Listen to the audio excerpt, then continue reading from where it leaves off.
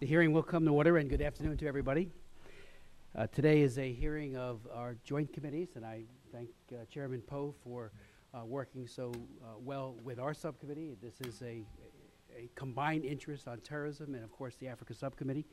And let me begin my opening comments, and then we'll go to my distinguished colleagues, and then, of course, to you, Madam Assistant Secretary. Nigeria is one of the United States' main African trading partners, a good friend and ally, and a major economic and political force beyond even the African continent. Unfortunately, it continues to be plagued by terrorist forces whose reach extends beyond the borders of that country. Today's hearing is intended to examine the extent to which the organization known as Boko Haram and its affiliates pose a threat to Nigeria and the region, as well as the United States and the rest of the international community. Boko Haram is a Nigerian terrorist organization whose name in Arabic means people committed to the propagation of the Prophet's teachings and jihad. The name Boko Haram is a translation meaning that conventional education, Boko, is forbidden because of its repeated attacks against Christian targets, especially during holy days such as Christmas and Easter. Boko Haram is seen by some as principally anti-Christian. In the last year alone, Boko Haram terrorists are believed to have killed some 1,200 Christians in Nigeria. In fact, it's estimated that 60% of Christians killed worldwide because of religious intolerance die in Nigeria. According to Mr. Manuel, this year alone, one of our witnesses who will be testifying shortly, 53 Christian churches have been attacked and 216 people have been murdered by terrorists in those churches.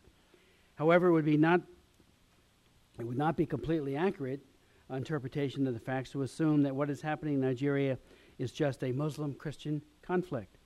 In the past 2 years, both of our subcommittees have sent staff delegations to investigate the Boko Haram threat. And this past September, Gregory Simpkins, our subcommittee staff director, and I visited Abuja and Jos to further look into this matter. We found that the truth of this organization is much more complex than is widely understood. Although exact numbers were not made available to us, Boko Haram is definitely targeting other Muslims who don't agree with their views. Muslim pastors who criticize the terrorist violence are themselves made targets. We were told by some that if an imam or some teacher in a mosque speaks out against Boko Haram on a Friday, he will be targeted for death on Saturday. What must be prevented is a growing inability for Christians and Muslims to work together to meet their common threat. And we found numerous examples, I should say, of cooperation between Christians and Muslim leaders to combat this killing spree by Boko Haram. According to various reports, Boko Haram began in 2003 when about 200 university students and unemployed youth created a camp in Yobe State near the Niger border to withdraw from what they considered the corrupt, sinful, and unjust Nigerian government, and their community was supposedly founded on Islamic law. The group was also known by the nickname the Nigerian Taliban. Violent clashes with Nigerian security forces destroyed the group several times, but its charismatic leader, Mohammed Yusuf, kept the group alive until his death while in police custody in July of 2009. Since Yusuf's death, there have been various spokesmen, but one person who is believed to be the nominal leader, Abubakar Shekau. Further, a breakaway group known as Ansaru has appeared on the scene. The proliferation of voices speaking for Boko Haram and the new faction leads some to believe that this is not a coherent organization. We learned that it is actually a very sophisticated organization, operating in cells disconnected from each other, but coordinating at a high level. While there are some acting in the name of Boko Haram for their own purposes, this terrorist group is organized, albeit in an unconventional manner. Some also believe that this group is purely a domestic terrorist group operating in Nigeria. We found that to be a false assumption as well. Boko Haram and Ansaru does wage attacks on the Nigerian government and other domestic targets. Nevertheless, their actions prove their participation in the global jihad movement that wages violent war worldwide to establish their skewed version of Islam as the prevailing religion globally. Various actions, such as the bombing of the United Nations office in Abuja in August of 2011, and numerous statements from Boko Haram spokesmen indicate their international intent. This international focus has been confirmed by both American and Nigerian intelligence information. The three criteria for an organization to be declared a foreign terrorist organization by the U.S. government are: 1, it must be a foreign organization; 2, engage in terrorist activity and must threaten the security of the United States nationals, U.S. national security, or the economic interests of the United States. Clearly, Boko Haram and Saru meets that test, and we do welcome the news that will be announced or was announced earlier today. I have introduced H.R. 3209, which urged the administration to declare Boko Haram a foreign terrorist organization. This measure would provide tools for stopping those who currently provide funding to others for others in their murderous terrorist organization that they run. And again, we welcome the State Department's statement today that they will declare Boko Haram an FTO. Our government has provided training and other assistance to the Nigerian government to battle this terrorist threat.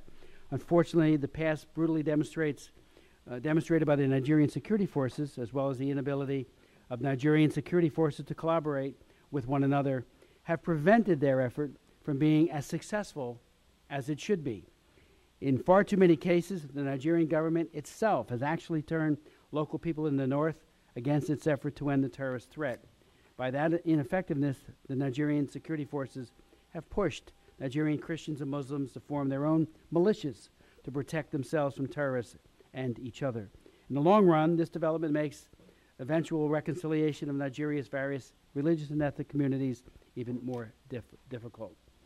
We have with us today the administration's point person for our government's effort to help end the terrorist threats in Nigeria, a leading Nigerian Muslim spokesman against this terrorism, a Nigerian Christian expert on this terrorist threat, and an American-based expert on this violence, and a survivor of the Boko Haram threat that Greg and I met when we were in Jos. This survivor, Mr. Adamu, was challenged to renounce his Christian faith. When he refused, he was shot right through the mouth, right through the upper part of the lower part of his face, and left for dead, bleeding. Miraculously, he survived and joins us today with one of the most inspiring examples of faith, because he was told, renounce your faith and you will live. If you don't, you will die. And so a man that has unbelievable courage as well as faith. He says, I have a message to everyone that will hear my story. Do everything that you can to end this ruthless religious persecution in northern Nigeria.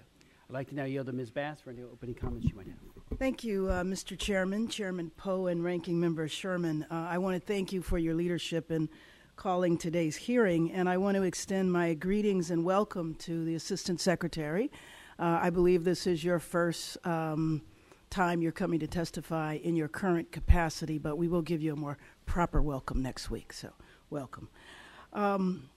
Nigeria is a critical strategic partner for the United States.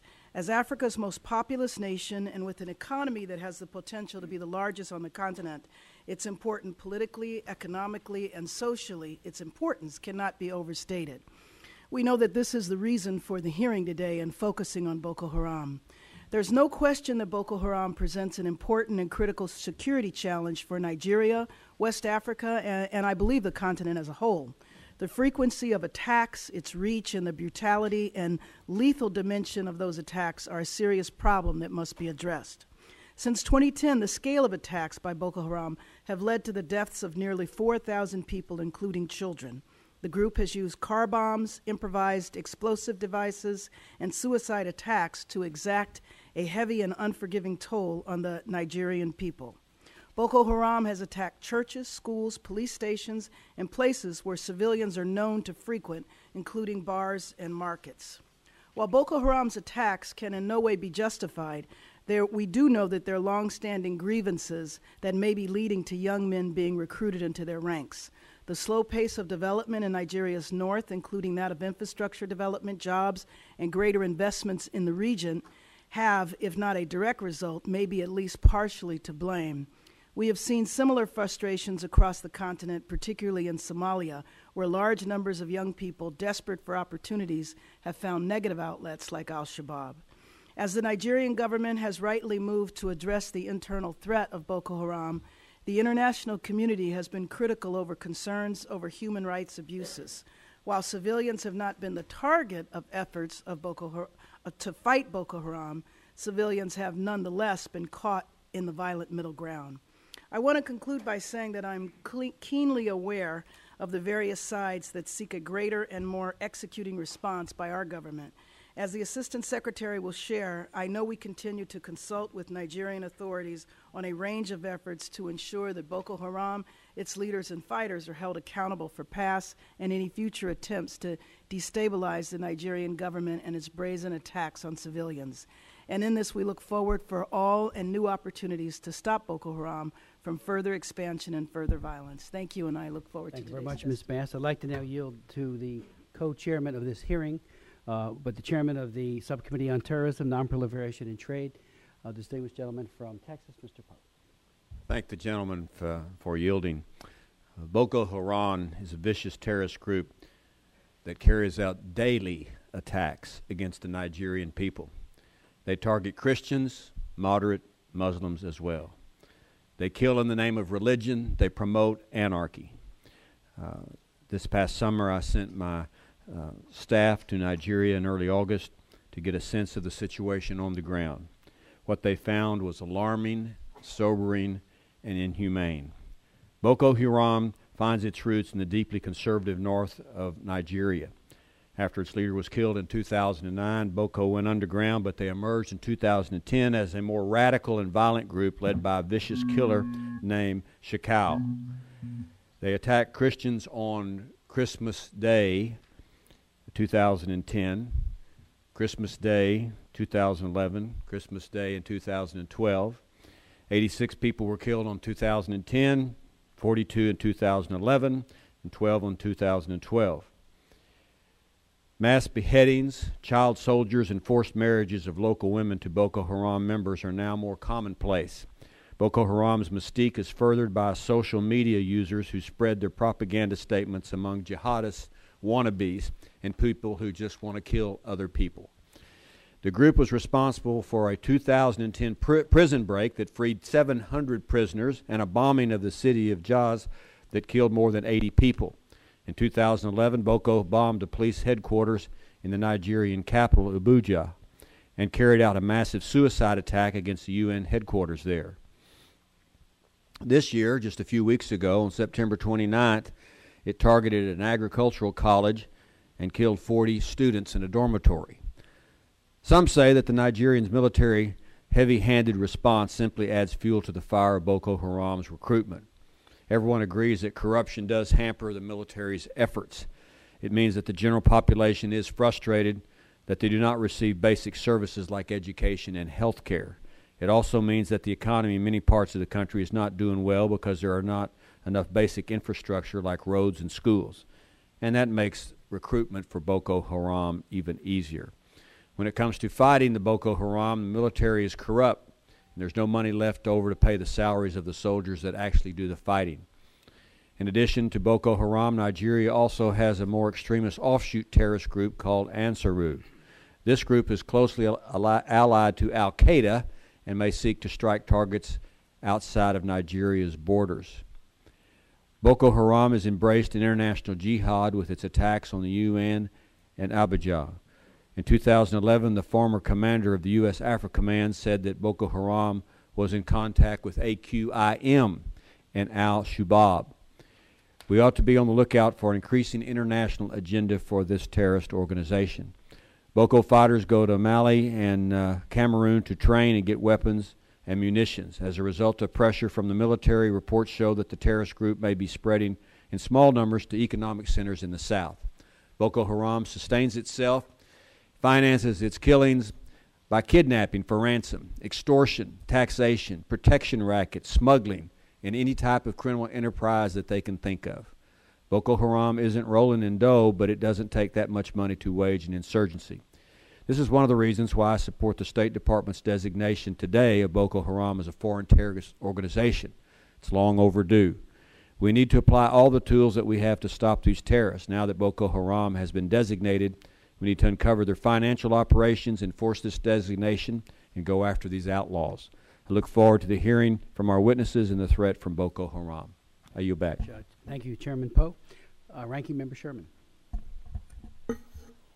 Thank you for holding this hearing. I've been told Boko Haram means Western education is sinful in the Hausa language. That may differ a little bit from the linguistic derivation provided by the gentleman from New Jersey, so I'm sure our witness will tell us the linguistic derivation. But in any case, it's an Islamist group based in northeast Nigeria that seeks to establish Sharia law.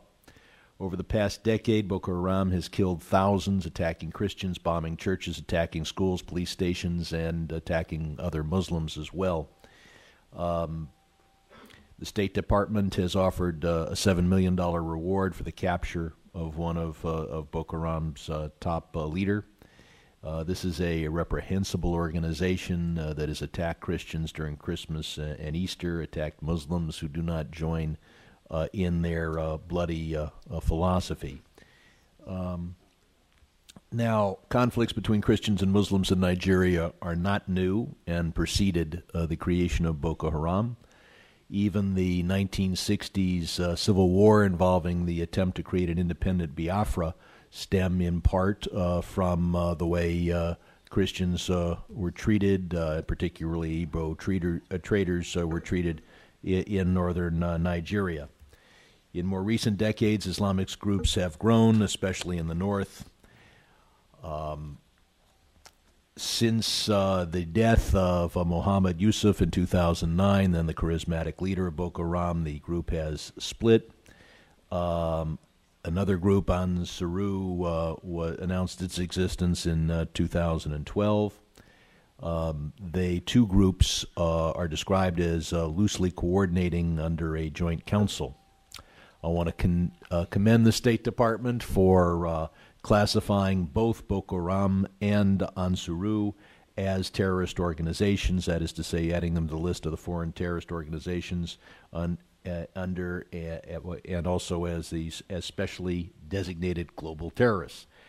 In September of 2011, then Commander of AFRICOM, General Ham, stated that 3 African terrorist organizations, Shabab in Somalia, Al-Qaeda of the Islamic Maghreb across the Sahel, and Boko Haram, have explicitly and publicly voiced an intent to target Westerners and especially the United States. Now,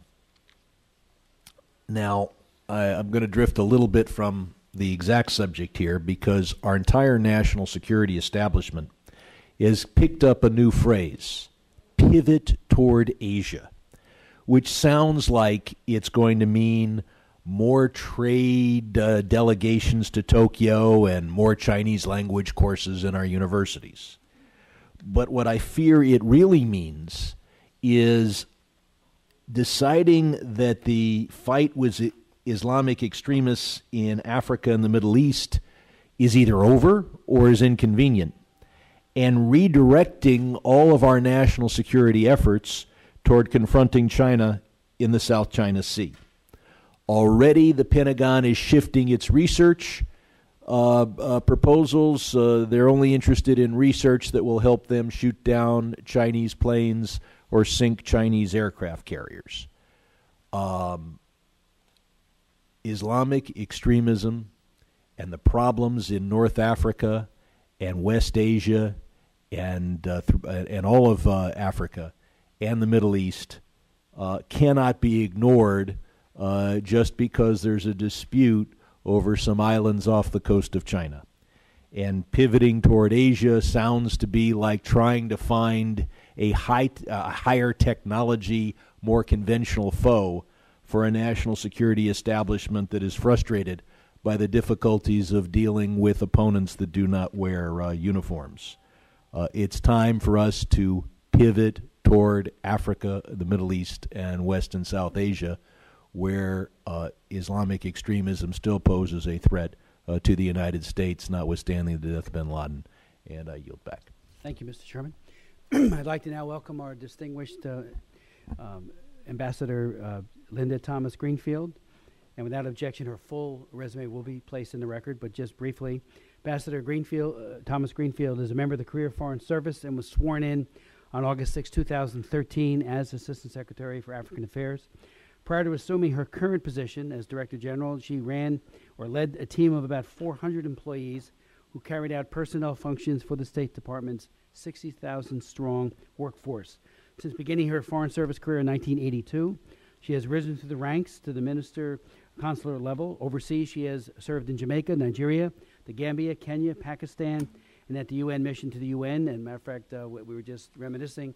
I first met the ambassador there when we were working on refugee issues, and she walked point on those issues, so much so that in 2000 she got the Warren Christopher Award for Outstanding Achievement in Global Affairs in recognition of her work on behalf of refugees. She also served as ambassador to Liberia, where she served from 2008 to 2012. Madam Ambassador, the floor is yours.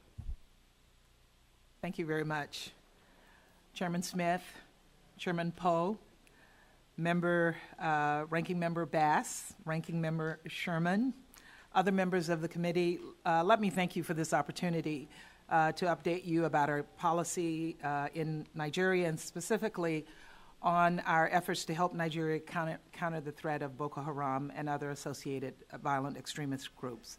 I will provide a full copy of my written testimony, so this will be somewhat abbreviated so that I leave enough time to take questions. Good. Chairman Smith and Chairman Poe, instability in Nigeria is of direct concern to the United States.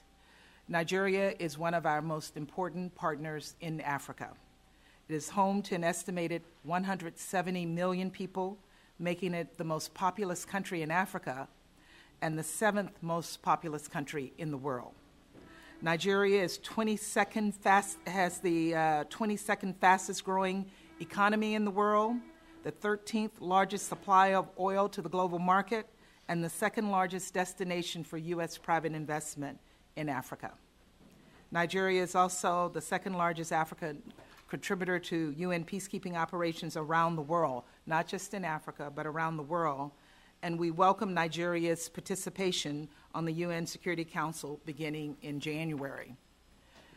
The significant mutual interests we share with Nigeria have led us to build a robust bilateral relationship, which we have deepened and broadened through the U.S.-Nigeria Binational Commission. We meet regularly with senior Nigerian officials. President Obama met with President Jonathan in New York in September on the margins of the UN General Assembly. Undersecretary Sherman led a large interagency U.S. delegation to Abuja in mid-August to discuss civilian security with senior Nigerian civilian and military leaders, including President Jonathan and National Security Advisor Daisuke. I will be traveling myself to Nigeria in December and hope to have meetings at those same levels. Additionally, I would like to thank you, Congressman Smith, for your visit to Nigeria in September to meet with Nigerians affected by Boko Haram's violence. It is through these engagements, ours and yours, that we're able to translate our partnership into mutual action to advance opportunities and to address the threat that Boko Haram poses. Boko Haram and associated violent extremist groups such as the faction known as Ansaru that you all described in so much detail to us pose a threat to Nigeria's stability. These groups attack the Nigerian government, they attack the military, they attack ordinary citizens of all walks of life, including numerous Christians, but even a greater number of Muslims. Their actions have increased tensions between ethnic communities. It's interrupted development, frightened investors, and alarmed Nigeria's neighbors. Boko Haram and associated groups can strike Nigeria's neighbors, and it targets foreigners. Their unspeakable violence has killed too many Nigerians to even count, as we saw during September when attackers in Beni Sheikh shot more than 160 people, and in Yobe, where you described earlier, more than 50 innocent students lost their lives. In August 2011, a suicide bomber from Boko Haram attacked the United Nations headquarters in Nigeria's capital, Abuja. And on February 19th of this year, Boko Haram kidnapped 7 French tourists in Cameroon. And although Boko Haram has directed most of its violence and rhetoric at Nigerian targets, reports of linkages between Boko Haram and al-Qaeda in the Maghreb, in the Islamic Maghreb, AQIM, are very worrisome for us as well as for the Nigerians. Boko Haram's violence comes at a time of uncertainty and tension for Nigeria. Preparations for the country's 2015 elections have already begun, and political realignments are adding to existing tensions. In the oil-producing Niger Delta, thieves steal at least 100,000 barrels of oil per day, and perhaps more. This theft reduces government revenues, it fuels corruption and international crime, and it contributes to environmental degradation. Corruption hinders the country's efforts to enforce rule of law, to attract investment, and expand infrastructure. Good governance, healthy political competition, equitable economic growth would go a long way to address all of these challenges. And the strategy of countering Boko Haram should be, in other words, it should be holistic. The government needs not only to stop Boko Haram attacks, but address long-standing grievances of law-abiding northern Nigerians about government corruption and unfairness that attracts disaffected youth to Boko Haram. Military and law enforcement efforts are necessary, but they alone are not are insufficient to counter the threat posed by Boko Haram and associated violent extremist groups. In the long run, reducing Boko Haram's ability to recruit is just as important as degrading its capabilities. Nigeria must protect civilians, it must guarantee human rights, and ensure accountability in instances where government officials and security forces violate those rights. Nigeria must demonstrate to all Nigerians that government can be and must be the sole trusted arbiter of justice in their country. The United States is committed to helping the Nigerian government and people counter the threat of Boko Haram. In June 2012, the State Department designated Boko Haram's top commander as specially designated global terrorists under Section 1B of Executive Order 13224. In June 2013, the State Department added Abubakar Shekau, Boko Haram's official leader, to our Rewards for Justice program. And as has been announced earlier, I'm pleased also to announce that the United States has taken additional steps to counter the threat posed by Boko Haram and Ansaru. Earlier today, the State Department designated both as foreign terrorist organizations under Section 219 of the Immigration and Nationality Act as amended, and as specially designated global terrorists under Section 1B of Executive Order 13224. We took this step after very careful consideration, and I know you think it was too long, but we did make sure that we got it right. We anticipate that this designation will empower U.S. law enforcement and the Treasury Department with additional tools to pursue these violent extremist organizations. We believe this designation is an important and appropriate step, but again, it's only one tool in what we believe must be a comprehensive approach toward addressing the Boko Haram threat. We are committed to assisting Nigeria in bolstering its law enforcement capabilities and ultimately in shifting to what we believe should be an integrated civilian security-focused strategy to counter Boko Haram and Ansaru in a manner that adheres to the rule of law and ensures accountability and diminishes the ability of Boko Haram to appeal, Boko Haram's appeal and legitimacy to civilian populations.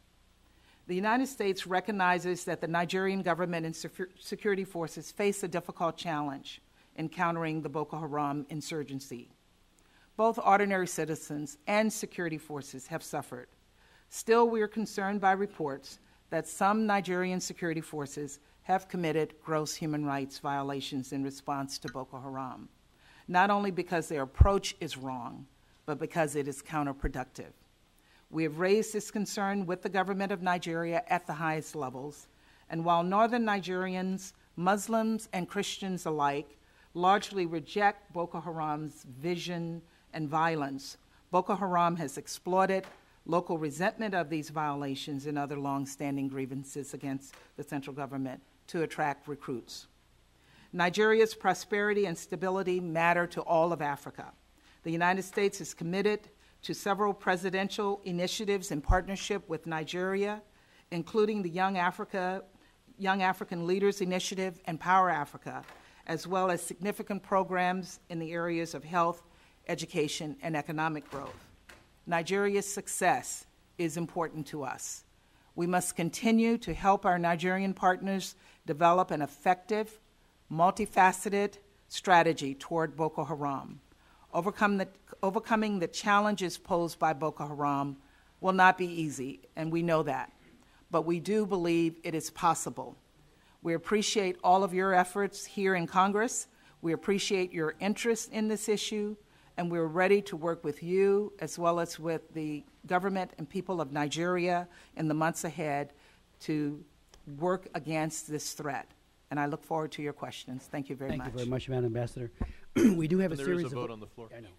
We do have a series of votes, but I thought we'd start some of the questioning, and I do hope your time permits you, because I know many members do have very significant questions, so I thank you for that, and for our other witnesses as well for your patience. Let me begin the questioning. First, thank you for the designation of FTO.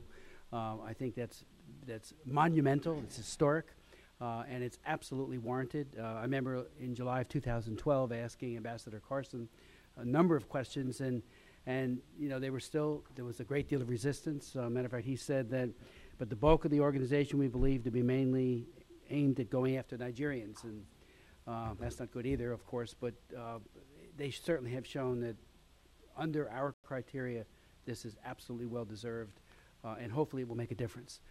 You might want to, for the committee and for all, maybe delineate as to what that actually means. In meeting with members of the Congress, House and Senate in Abuja, as well as here, when they visited, some thought it might be a bad mark against the country of Nigeria, and I and others tried to say, no, this is only targeted at a group of terrorists and thugs who are murdering people inside as well as those who are visiting in Nigeria. That is to say, Boko Haram is doing that. So what is actually the positiveness of that designation? Secondly, your view of Goodluck Jonathan's military efforts to contain, combat, and hopefully end this terrible scourge in Nigeria, Boko Haram. The Leahy Amendment, as we all know, is all about vetting and human rights criteria, but if you could speak to whether or not you believe there needs to be a revisiting of at least its application, which can become counterproductive. Whole groups are being disqualified simply because of a concern that it might not comport with the Leahy Amendment. And it seems to me that needs to be looked at very carefully. Don't ever, obviously, enable a human rights abuser, but when it gets in the way of good, solid training of forces who could be more efficacious on the battlefield, but also be very pro-human rights, it seems to me that that's in both Nigeria and as well as our best interests. And finally, on the issue of the persecution of Christians, I met with a group of Christians in Jos who are refugees, IDPs, and they said that their homes were actually marked in kind of a perverse reversal of the Passover, and it said infidel on their top of their doors, and that night Boko Haram wielding AK-47 individuals came and killed people. Some got out, others did not. And again, as I mentioned, one of our witnesses, Mr. Adamu, when I heard his story, I was in tears. I'm not moved to tears easily, but I welled up with tears as he talked about his faith as a Christian, as they blew his face away and left him for dead right in front of his dear wife who was sobbing. But rather than convert, he stood up. That kind of atrocity against Christians or anyone, obviously, is unconscionable. If you could speak to that as well, those three questions. Thank you. Let me start with your first question. What does the designation mean? I have to tell you that we got a very positive response when we informed the Nigerians that we'd made the decision to do this designation. It sends a strong message to the Nigerians and to the people of Nigeria that we feel their pain and that we understand what is going on in Nigeria. And the message has been very, very positive from the Nigeria front.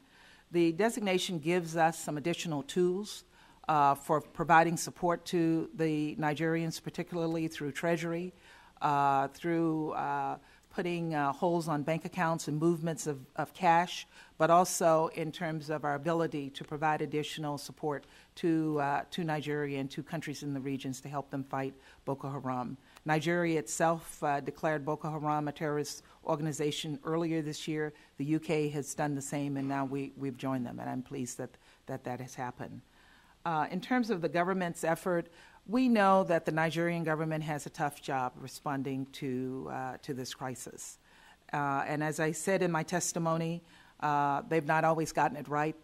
They've been particularly heavy-handed in the response. I think with the hope and desire that they will bring this to an end quickly. It has not come to an end quickly. And some of the Nigerian military forces in their heavy-handed use of force have committed some human rights violations that we have raised with the government. And because of that, some of their troops have been under Leahy, not allowed to get training in the United States or provided by the United States. So we are hopeful that through our continuing to work with the government, that we can help them address some of their approach so that the violations are not continued. We're encouraging them to allow international organizations, local NGOs to go into some of the detention centers to help them. And we're encouraging them not to do anything that would turn the people of the North against them. And we're hopeful that in the coming weeks in our visits and discussions with the government, that we will be able to help them address some of these issues. In terms of the persecution of Christians, the news on that front, we've all seen it, we all feel it, and we are all really disgusted by it. I would add that, in addition, the Boko Haram is a terrorist organization, and terrorist organizations harm everyone. And they have killed, as they have killed Christians in the name of Islam, they've also killed Muslims in the name of Islam. And I make that point because their victims are across the board. It's women and children, it's government officials, it's civilians, it's Nigerians, it's across the border in Niger, in Cameroon, it's French citizens being kidnapped. So while they do have a religious bent to what they do, they are non-discriminating in their attacks on people. And what that means is that we have to work to stop this. But I think you would agree there has been absolutely Yes, disproportionate focus on Christians. As a matter of fact, Mr. Emmanuel Ogebe, who is the managing partner of U.S.-Nigeria Law Group, has been critical of the State Department, and I would agree, for downplaying the religious nature of this. And I, too, believe and know that Muslims are targeted, no doubt about it. But it's usually when they speak out against Boko Haram. But Christians are targeted simply because of their faith. So you would agree with that? Yes, sir. Thank you. We'll stand in brief recess. There are 3 votes, an interim, and then 2 more votes, but we'll come back during that interim. Okay. It'll be in about 15 to 20 minutes. Okay. And I thank you for your patience. Thank you.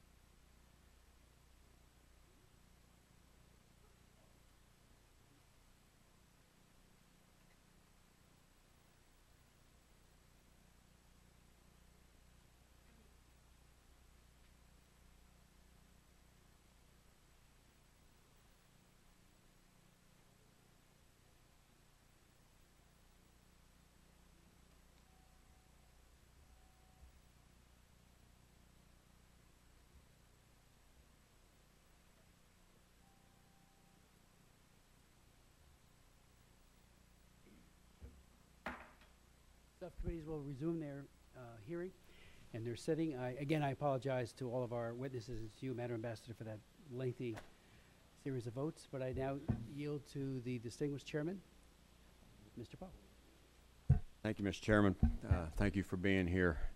I'm not always one who gives kudos to the State Department, but I think you're doing a great job representing the interest of the United States. That's my opinion. I have a few questions, of course. The Nigerian military, I just need your opinion. Do they have the capability right now to defeat Boko Haram? That's a tough question. I think the Nigerian military has the capability to defeat Boko Haram. I think that they could use some support. It's a challenging job and one that we are prepared to help them with in terms of providing them with additional training, particularly in providing them with and not just the military, with other security forces, with providing them with forensic support, investigation support, and other types of support. We think that their approach, again, has been somewhat heavy-handed. I think in an effort to bring this to closure quickly, and we have tried to work with them to help them address that issue. But it's not just a security issue. It is also an issue that requires the Nigerian government to deal with some of the social and economic issues that exist in the north that has attracted people to Boko Haram. So being able to provide infrastructure, schools, health, the availability of health care, dealing with issues of corruption, all of those things go hand in hand with addressing the security issues that they are trying to deal with. Are we looking at a situation where the country may end up being a failed state because of the activities of Boko Haram? It seems like to me they promote anarchy. They want anarchy. They want people to live in fear. And then you have the corruption with the government. Is that what the world is foreseeing in Nigeria? I tend to be more optimistic. Nigeria is a huge country. It's a complex country.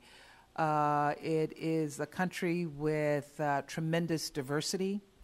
I don't think Boko Haram has the power to make Nigeria into a failed state. There are lots of other elements that could contribute to that. Boko Haram will make Nigeria, particularly in the north, difficult to govern. Boko Haram will present challenges to security. It presents challenges to individuals who want to invest. It presents challenges to private American citizens who want to visit, because we do have a travel warning out because of the activities of Boko Haram. But I don't think Boko Haram has the power to make Nigeria into a failed state. I have two more questions. On a related topic, there are many terrorist organizations, several that have been designated as foreign terrorist organizations. Do you have any information that Hezbollah or the Iranian Revolutionary Guard Corps is active in Nigeria? I don't have any information on those two organizations. I can go back and look at what we have and get an answer back to you. We do believe that Boko Haram has links to Al-Qaeda. We think they have links to Al-Shabaab. And we certainly think that they use the ideology of these organizations to support their efforts in Nigeria. But I've not seen anything to indicate that they have connections to Hezbollah or to Iran. My understanding, they get their money from kidnapping, holding people for ransom, take over a town, and tax the citizens of the town. They have protection rackets. They involved in smuggling and anything else illegal they can think of. Will the designation of being an FTO, how will that affect the influx of money, which is why they do all that outlawry, as I call it? I'm from Texas, so we call them outlaws. Will that affect, how will that affect, if it does, the money flow going to Boko Haram? I think the designation does give us some tools to track money that is going to Boko Haram. I doubt that their money is being put in legal instruments. So they generally get most of their funding through illegal means, through kidnappings, through other criminal activities. They certainly have had an impact on trade and the movement of goods in the north, and probably have gotten some advantages from that.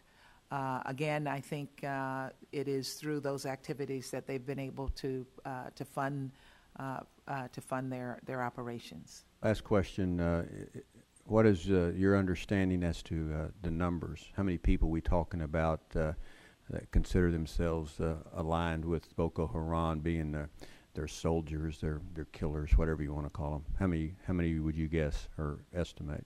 Thank you for that question, and it's a question that I asked as I was preparing for this hearing. We don't have a real fix on what the numbers are. We think that the core of Boko Haram is not large, somewhere in the hundreds to thousands. But not in the tens of thousands, in the mid-thousands. We think there are people who are sympathetic to Boko Haram in some of the communities they operate in, but an actual fix on the exact numbers we're just not sure of. All right. Thank you, Mr. Chairman. Thank you very much, Chairman Poe. Just a few final questions, if I could, and hopefully others will return.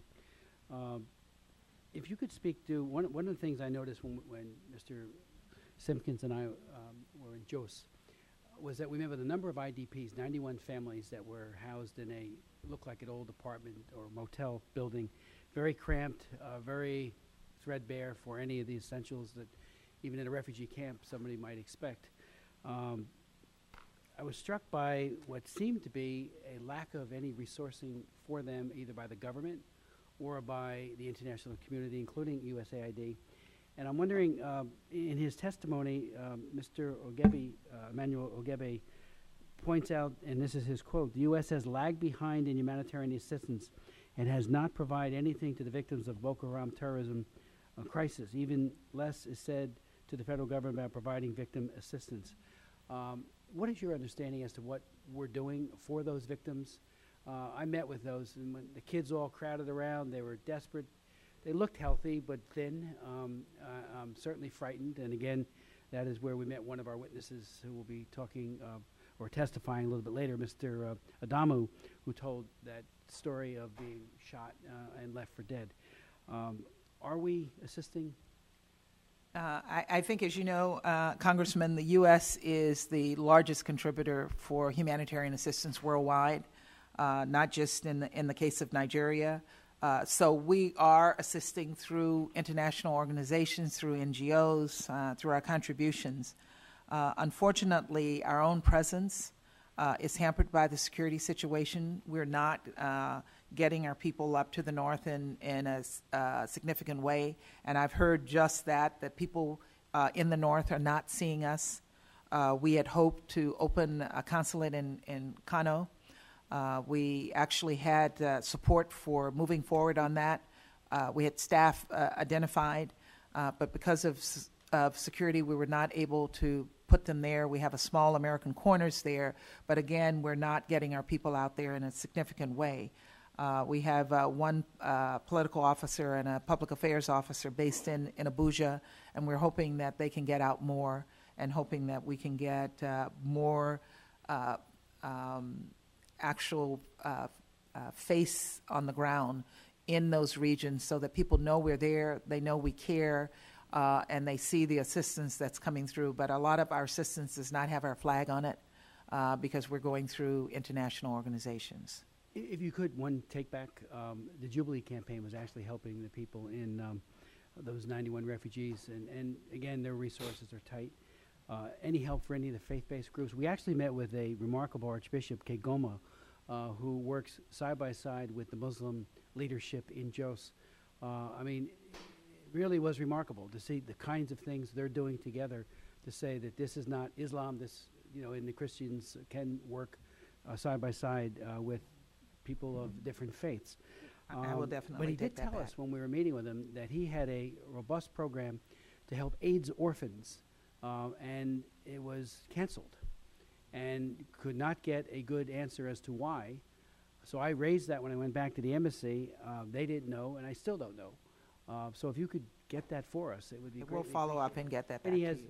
scores of AIDS orphans that this faith-based organization was caring for, that he has meager resources. They're going to somehow cobble together, an assistance for them, but basically they don't have the money, and they were getting it from us. And I did ask a question, and this is another take back, but I'm a great believer, particularly in a place like Nigeria where faith-based is so integral to the delivery of health care and other services. I asked how much of the PEPFAR money is being used or meted out to faith-based, and I was told under 10%, which I think is shocking. And I mean, that needs to be turned around. And then a day later, I'm actually sitting with an archbishop outside of Abuja, and he tells me how his program was cut. And that was obviously a faith-based. And of course, they deal with all comers, Muslim, anyone who needs help as an orphan gets it. There was no test of faith for that kind of service. So I would ask you if you could get back to us on that, because that was very disconcerting. Thank you for bringing it to my attention, and we will get back to you with an answer. Let me just ask about child soldiers and Boko Haram and Ansaru. Do they coerce children to become soldiers, and to what extent? We do have information to indicate that they are recruiting child soldiers in terms of the fact that many young, particularly young men, who are not in any formal education program go into some of the schools that are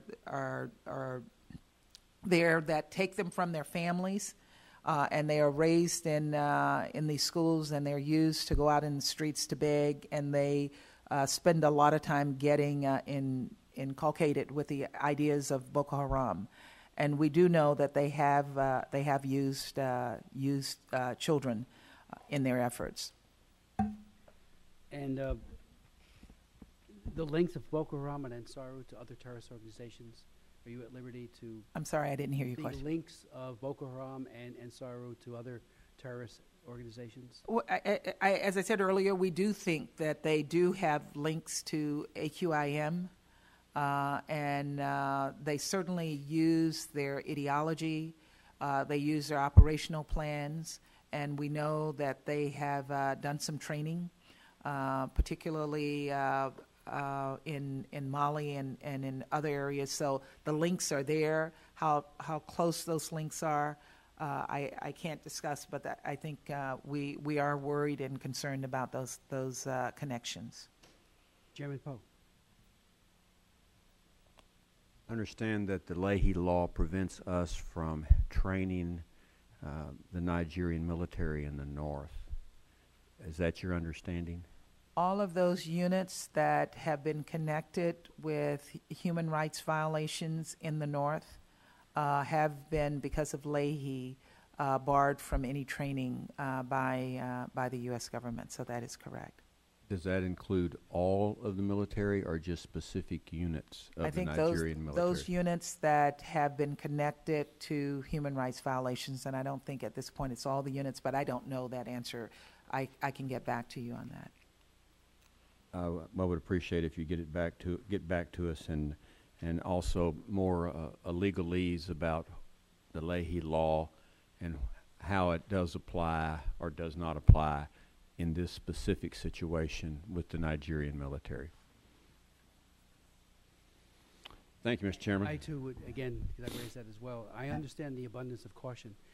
That's prudent. But again, if we were in the position of training with human rights training, but also how to be more effective, I think the Nigerian forces, some of the skills that might be imparted to them could make a huge difference. I do want to thank Megan Ahern, who was our Foreign Service officer when we, Greg and I were in Nigeria. She was absolutely professional, effective, nonplussed when our schedule changed by the minute, and the embassy was very supportive of the entire effort. And the DCM Maria Brewer was also, even though she's relatively new there, coming from a different posting, provided every courtesy, and I'm deeply appreciative of that as well. Well, I will pass that on to her, and I know it was a tough job because I've been your control officer before, and you work really hard, and we know that when you're coming, we have to be prepared for you.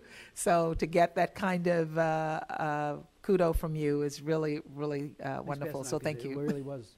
And I know, even the trip we made up to Jos, I mean, they didn't leave a single stone unturned in making it work in a safe way, but also a way that we maximized every moment. So I want to thank her.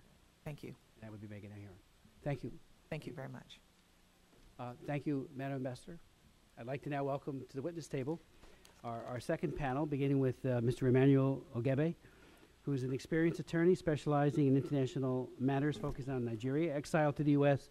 after becoming a political detainee during the brutal years of Nigeria's military dictatorship. Mr. Ogebe has played a role in shaping U.S. policy towards Nigeria and its quest for a more robust democracy. He has experience in managing, designing, and implementing complex international programs and projects in Nigeria. He presently practicing as a legal consultant in Nigeria with the Washington, D.C. Bar, and he holds the distinction of being the first specialist on Nigeria out of 100,000 lawyers licensed in Washington, D.C., and his full resume, like all our others, will be made a part of the record. Then Mr. Habilia Adamu is from the Yobe State in northern Nigeria and has experienced the brutality of Boko Haram himself. Unlike many others, he survived and fortunately is able to be here to tell us about it today. Greg Simpkins and I met with him when we were traveling in Nigeria 2 months ago, and I and all of us were deeply touched by his story. I believe his experience is emblematic of the experience of many Christians who are victimized by Boko Haram, and his determination is a testament to his faith. We'll then hear from Mr. Jacob Zen, who's an expert on northern Nigerian security and consultant on countering violent extremism. He is the author of the book, Northern Nigeria's Boko Haram, the Prize in Al-Qaeda's Africa Strategy, published in 2012, and based on his field work in Boko Haram's main area of operations in northern Nigeria, northern Cameroon, Chad, and southern Niger. He has briefed many officials with different governments and served as a policy advisor to the Nigerian American Leadership Council, which works with the Nigerian diaspora, the U.S. government, think tanks, and civic organizations to counter radicalization and to promote accountability. Finally, we will hear from Dr. Guy Nzerbi, who is an independent Africa-focused policy analyst with expertise in sectarian conflicts and terrorism in the southern Sahel zone and Nigeria. He is also an alumnus of the U.S. Defense Department's National Security Education Program at Georgetown University. Professionally, he has spent over 20 years of experience, or has it, in politics, industry, and academia. He has worked in investment banking, consulting, technology, and as an international trade specialist. He is also a former college professor whose area of research and teaching focused on technology, management, and organizational change. Mr. Ogebe. Chairman Smith, I would like to thank you very much for hosting us today. I want to especially commend you for the courage in coming out to Nigeria. During your trip, I learned that the security levels for Nigeria, for U.S. dignitaries, is equivalent to the levels for Iraq. And for you to come out like that was really commendable. Chairman Poe, I want to also thank you very much for co-hosting this session. I do want to say that in Nigeria, like in Texas, we still do outlaws. We call them outlaws. And Boko Haram has been outlawed in Nigeria as well. I want to say, sirs, that I feel like Christmas came early for me today because the Secretary has done what was on my wish list a year ago. And she has taken the wind out of the sails of my presentation. And so I will just make a few remarks. The first thing is I would like to say for the last 3 years, we've been working aggressively to document what I call a pre-genocide in Nigeria. And this is what it looks like. Deborah Shetima had Boko Haram members come to her home. They shot her husband to death in front of her. And when they were leaving, they abducted her 7- and 9-year-old daughters and went away with them. Now, this is horrific for any parent, but there's more. They came back 3 months later and said, "Have you converted to Islam?" She said no. And then they shot her remaining son and his friend and killed them. Gentlemen, that is what terror looks like. Deborah Shetima has lived and known that terror for over a year now. And while I'm gratified that the State Department suddenly recognizes today that this is a foreign terrorist organization, we are concerned that it took them too long.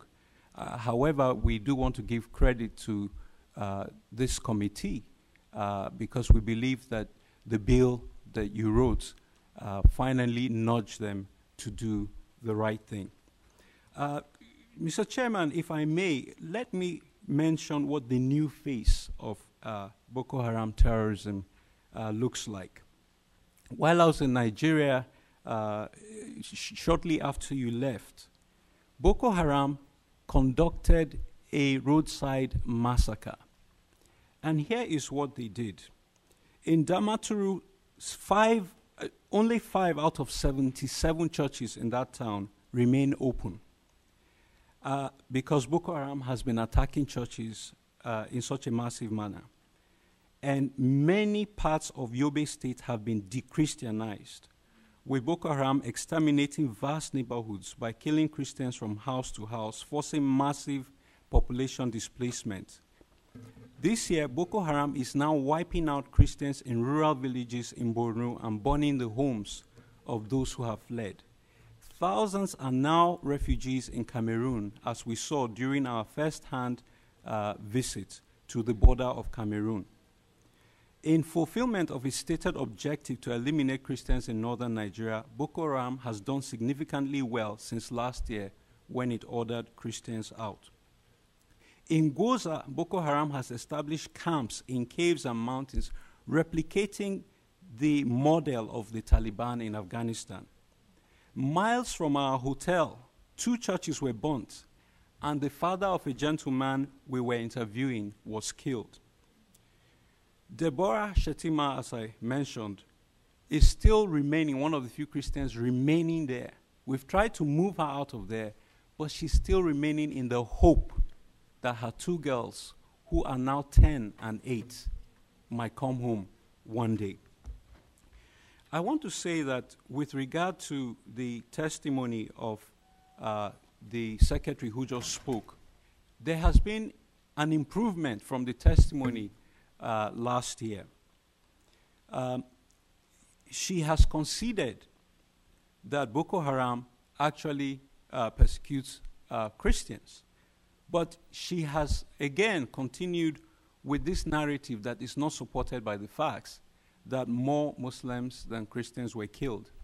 We're not interested in a game of numbers, but this is highly insensitive to the victims when the U.S. puts out gratuitous statements like that that are not reflective of what is going on the ground.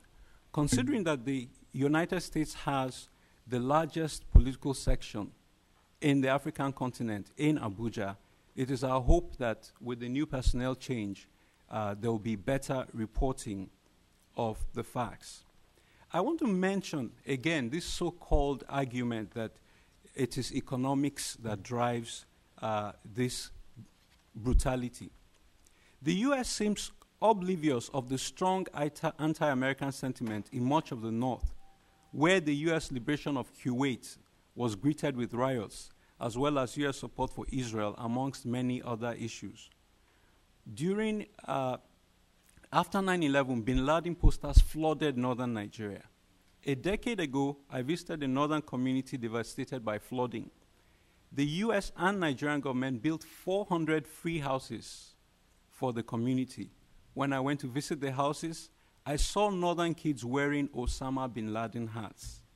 So it is shocking for me to hear U.S. diplomats say that extremism in Nigeria is driven by local factors, when clearly there is a tie-in to global jihad and even to U.S. policy. Let me mention that while Egypt is America's most strategic geopolitical partner in North Africa, Nigeria is his topmost ally in sub-Saharan Africa.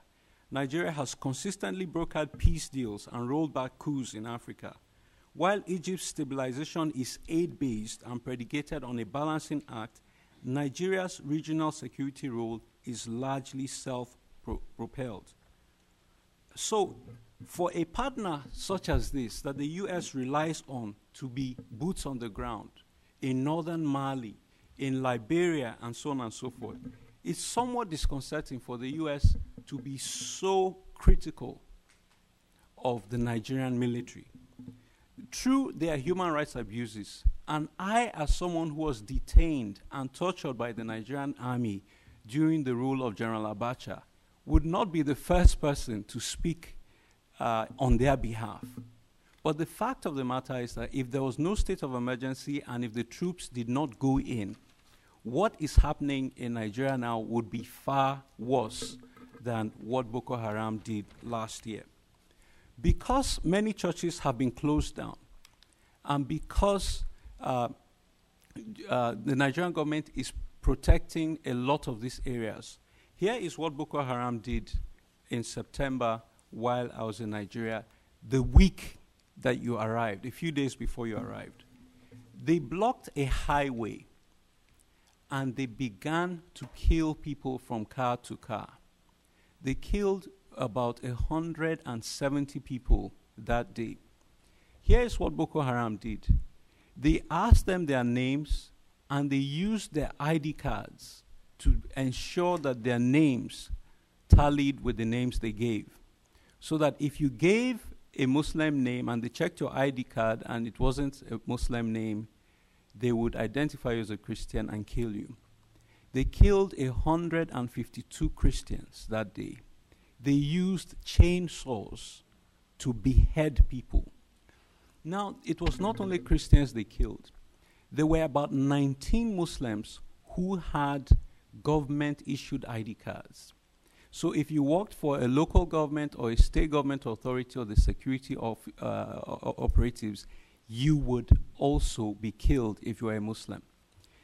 There were a few Muslims who did not have ID cards, and they were abducted by Boko Haram and taken away. We rescued a woman who escaped from a Boko Haram camp, and I was curious, why are they abducting these people? And she told us that the Muslim abductees are taken to the camps, and then they are trained and forcefully conscripted to become terrorists. I say this to say that it is clear, therefore, that there are many Muslims who are not supportive or sympathetic to Boko Haram, but they are being intimidated by the terrorist antics of this group. We all know the truism that all it takes for evil to triumph is for good men to do nothing. And we have today come to a point where the U.S. has finally decided to do something. I want to point out that there are some fighters of Boko Haram who were incentivized by two things. They were given transport money as little as $30 to go out and undertake jihad. and they went to a church and they killed people. But they were always told that you are doing the work of Allah. So we see clearly a pattern that there are people who will take that little bribe to go out and do jihad. But then there are other people who are not interested in the bribe, but who are abducted and taken to those camps and made into terrorists.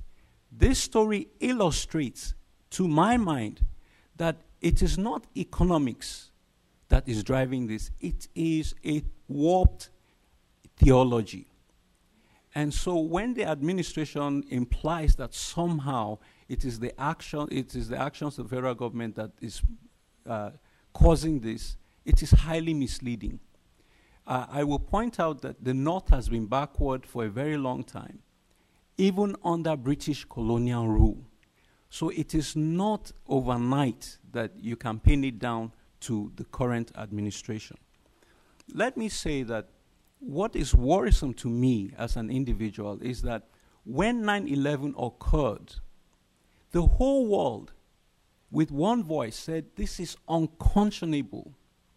Even in Iran, people protested and held vigils in sympathy with the United States.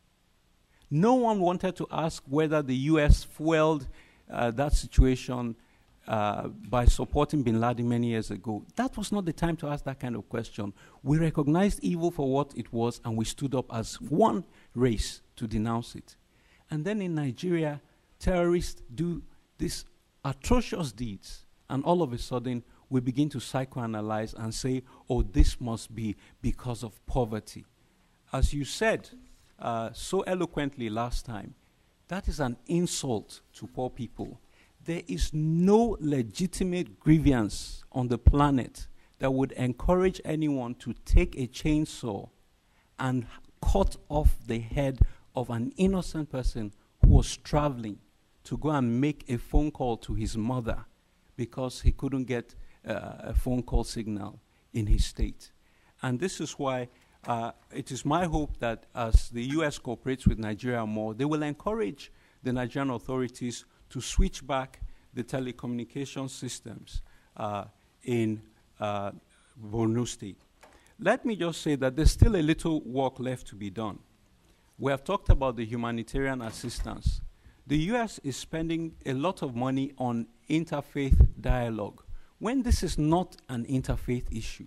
This is a radicalization issue, and we should be looking at either of two things, either a de-radicalization program for these people who are killing Christians as well as Muslims who are critical of them, or we should be looking at humanitarian assistance for victims so that desperate people do not feel the need to fight back. I will also mention at this time that it is important for technical assistance for the Nigerian military, because the U.S. has been down the same path that Nigeria is now going down, fighting an insurgency in Afghanistan.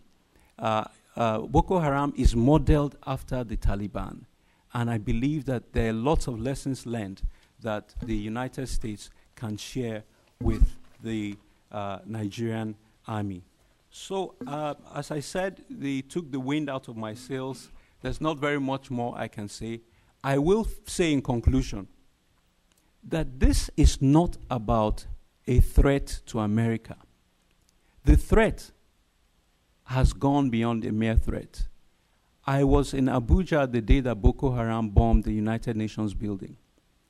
And my friend, an American lawyer, was in that building when it was bombed. When it occurred, I phoned her because I was meant to be in that building that day. And I heard my friend coughing in the smoke-filled building. She had not yet been rescued.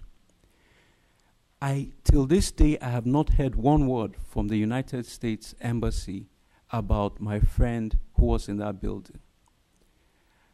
In addition to that, I later on learned that there was an American diplomat in that building when it was bombed. And so it concerns me that this is not a theoretical issue. This is practical. Boko Haram has killed people from Italy, from Germany, from France, and numerous other locations. about 15 countries at last count. Is it simply because my friend did not die that day that it has taken us so long to recognize Boko Haram as an FTO? I thank you very much for inviting me to speak to you today. Thank you. Mr. Ogebi, thank you very much for your testimony, for your extraordinary leadership, because I think you have been a consistent voice. It certainly has been helpful to this subcommittee for years, so I do thank you for that, and and for the stories that you recounted just a moment ago. I'd like to now, if I may, sir, I submit my written testimony yours for and the record. And any information you'd like to attach to it, documents of whatever kind, will be made a part of the record. Mr. Adamo, please proceed. Chairman Smith, members of the Congress, it's a great opportunity for me to be here to testify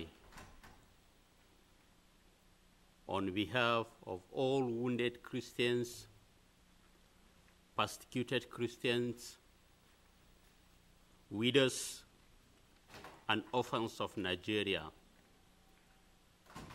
My name is Habila Adamu. I am from Yobe, northern part of Nigeria. On 28 November, government came to my house around 11 p.m. and confronted me with my family. I thought they are Nigerian Army patrol. When I opened the door, my sitting room, I am shocked when I see them. I went back. Now my wife moved forward in order to beg them not to kill me, to leave me alive. She offered them money. They have collected the money and our cell phones. The leader told my wife that they are there to do the work of Allah. When I heard that, I know that today is the day that I will see my Lord. I prayed a short prayer. I said, Lord, I'm a sinner. Here I am. I cannot save myself. Lord, forgive me and write my name in the book of life. Say, accept my soul, Lord. When I pray, I move forward because they are there for me. And the leader asked me, Habila, can we get the key of the door? Because I'm in my sitting room. I give them the key of the main door. They have opened the door. Another 2 people come inside, making 4 into my room with AK-47s. He asked my name. I told him, Habila Adamu. Are you a Nigerian Army? I say no. Are you a Nigerian police? I say no. Are you an SSS? I say no. I'm a businessman. Because if I told them that I am working with the government, they would slaughter me as a ram, like a ram. And I told them that I am a businessman. So, are you a Christian? I say, yes, I am a Christian. Now the leader asked me, we are preaching the message of Muhammad.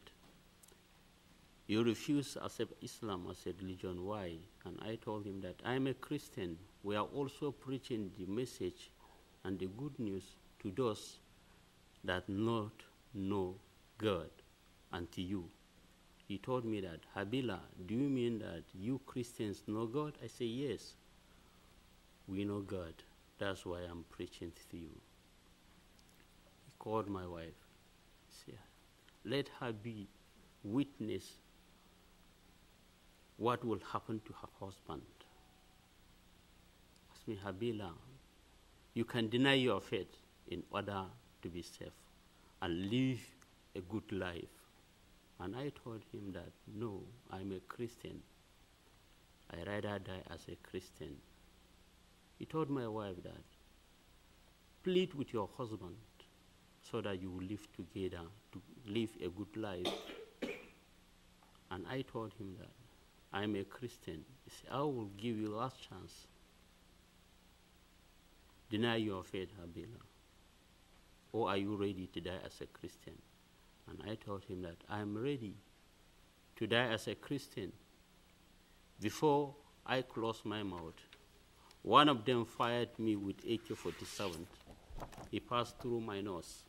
This is the entering place of the bullet, AK-47. This is the exit place of the bullet, AK-47. I fell down with my face. Blood is rushing everywhere. One of them followed me, stepped on me 2 times to confirm whether I'm still alive or I'm dead. They have found that I'm dead. They shout, Allahu Akbar, means Allah is great. They have went out. Even my wife thought that I am dead. She's crying, meditating, saying many things. She said that, Lord, why did you leave these things to happen? Why you leave my husband to die at this moment? I have little ones. What can I tell them about their father? Say, Lord, I thank you because I know where my husband is now. He's inside of you. Say, Lord, give me the heart to stand in these wicked generations and help my son, my children to stand in their faith. When I heard that, I said, oh, I am still in this world. Lord, why me? Now, because I don't want her to sin against God, I raised up my head and told her that I am still alive. I did not die. Now, she's shocked. She said, yeah, even though the way blood is rushing, you will not survive. And I told her that even though I will not survive, I have a message for everyone that will hear my story when I leave this world. Please send this message that to live in this world is to live for Christ, to die is again. For a few minutes, pains everywhere, and I urge her, please go out to look for help, somebody to help me. I never knew all the Christians around, they have killed in that night. I am the only survivor. From 11 o'clock up to 7 p.m. a.m. in the morning, my face has been swallowed. My eyes have closed. I have rushed to hospital. But I give thanks to God Almighty that I am still alive. Many Christians that remain in Potiskum, each one will touch me and turn back with cry and say, Habila, till we meet in heaven. No one knows that I will survive. But I ask myself, why me? I say, Lord, why me? Take my life, Lord. I never knew that He kept me for a reason. I am pleading Americans.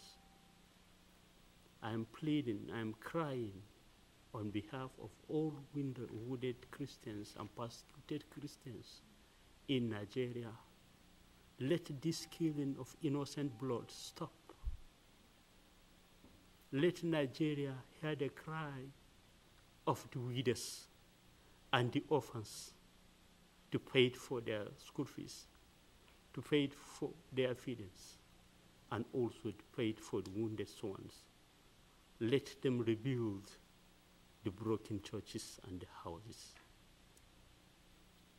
I also take this opportunity to appreciate what the Voice of Christian Martyrs did to me.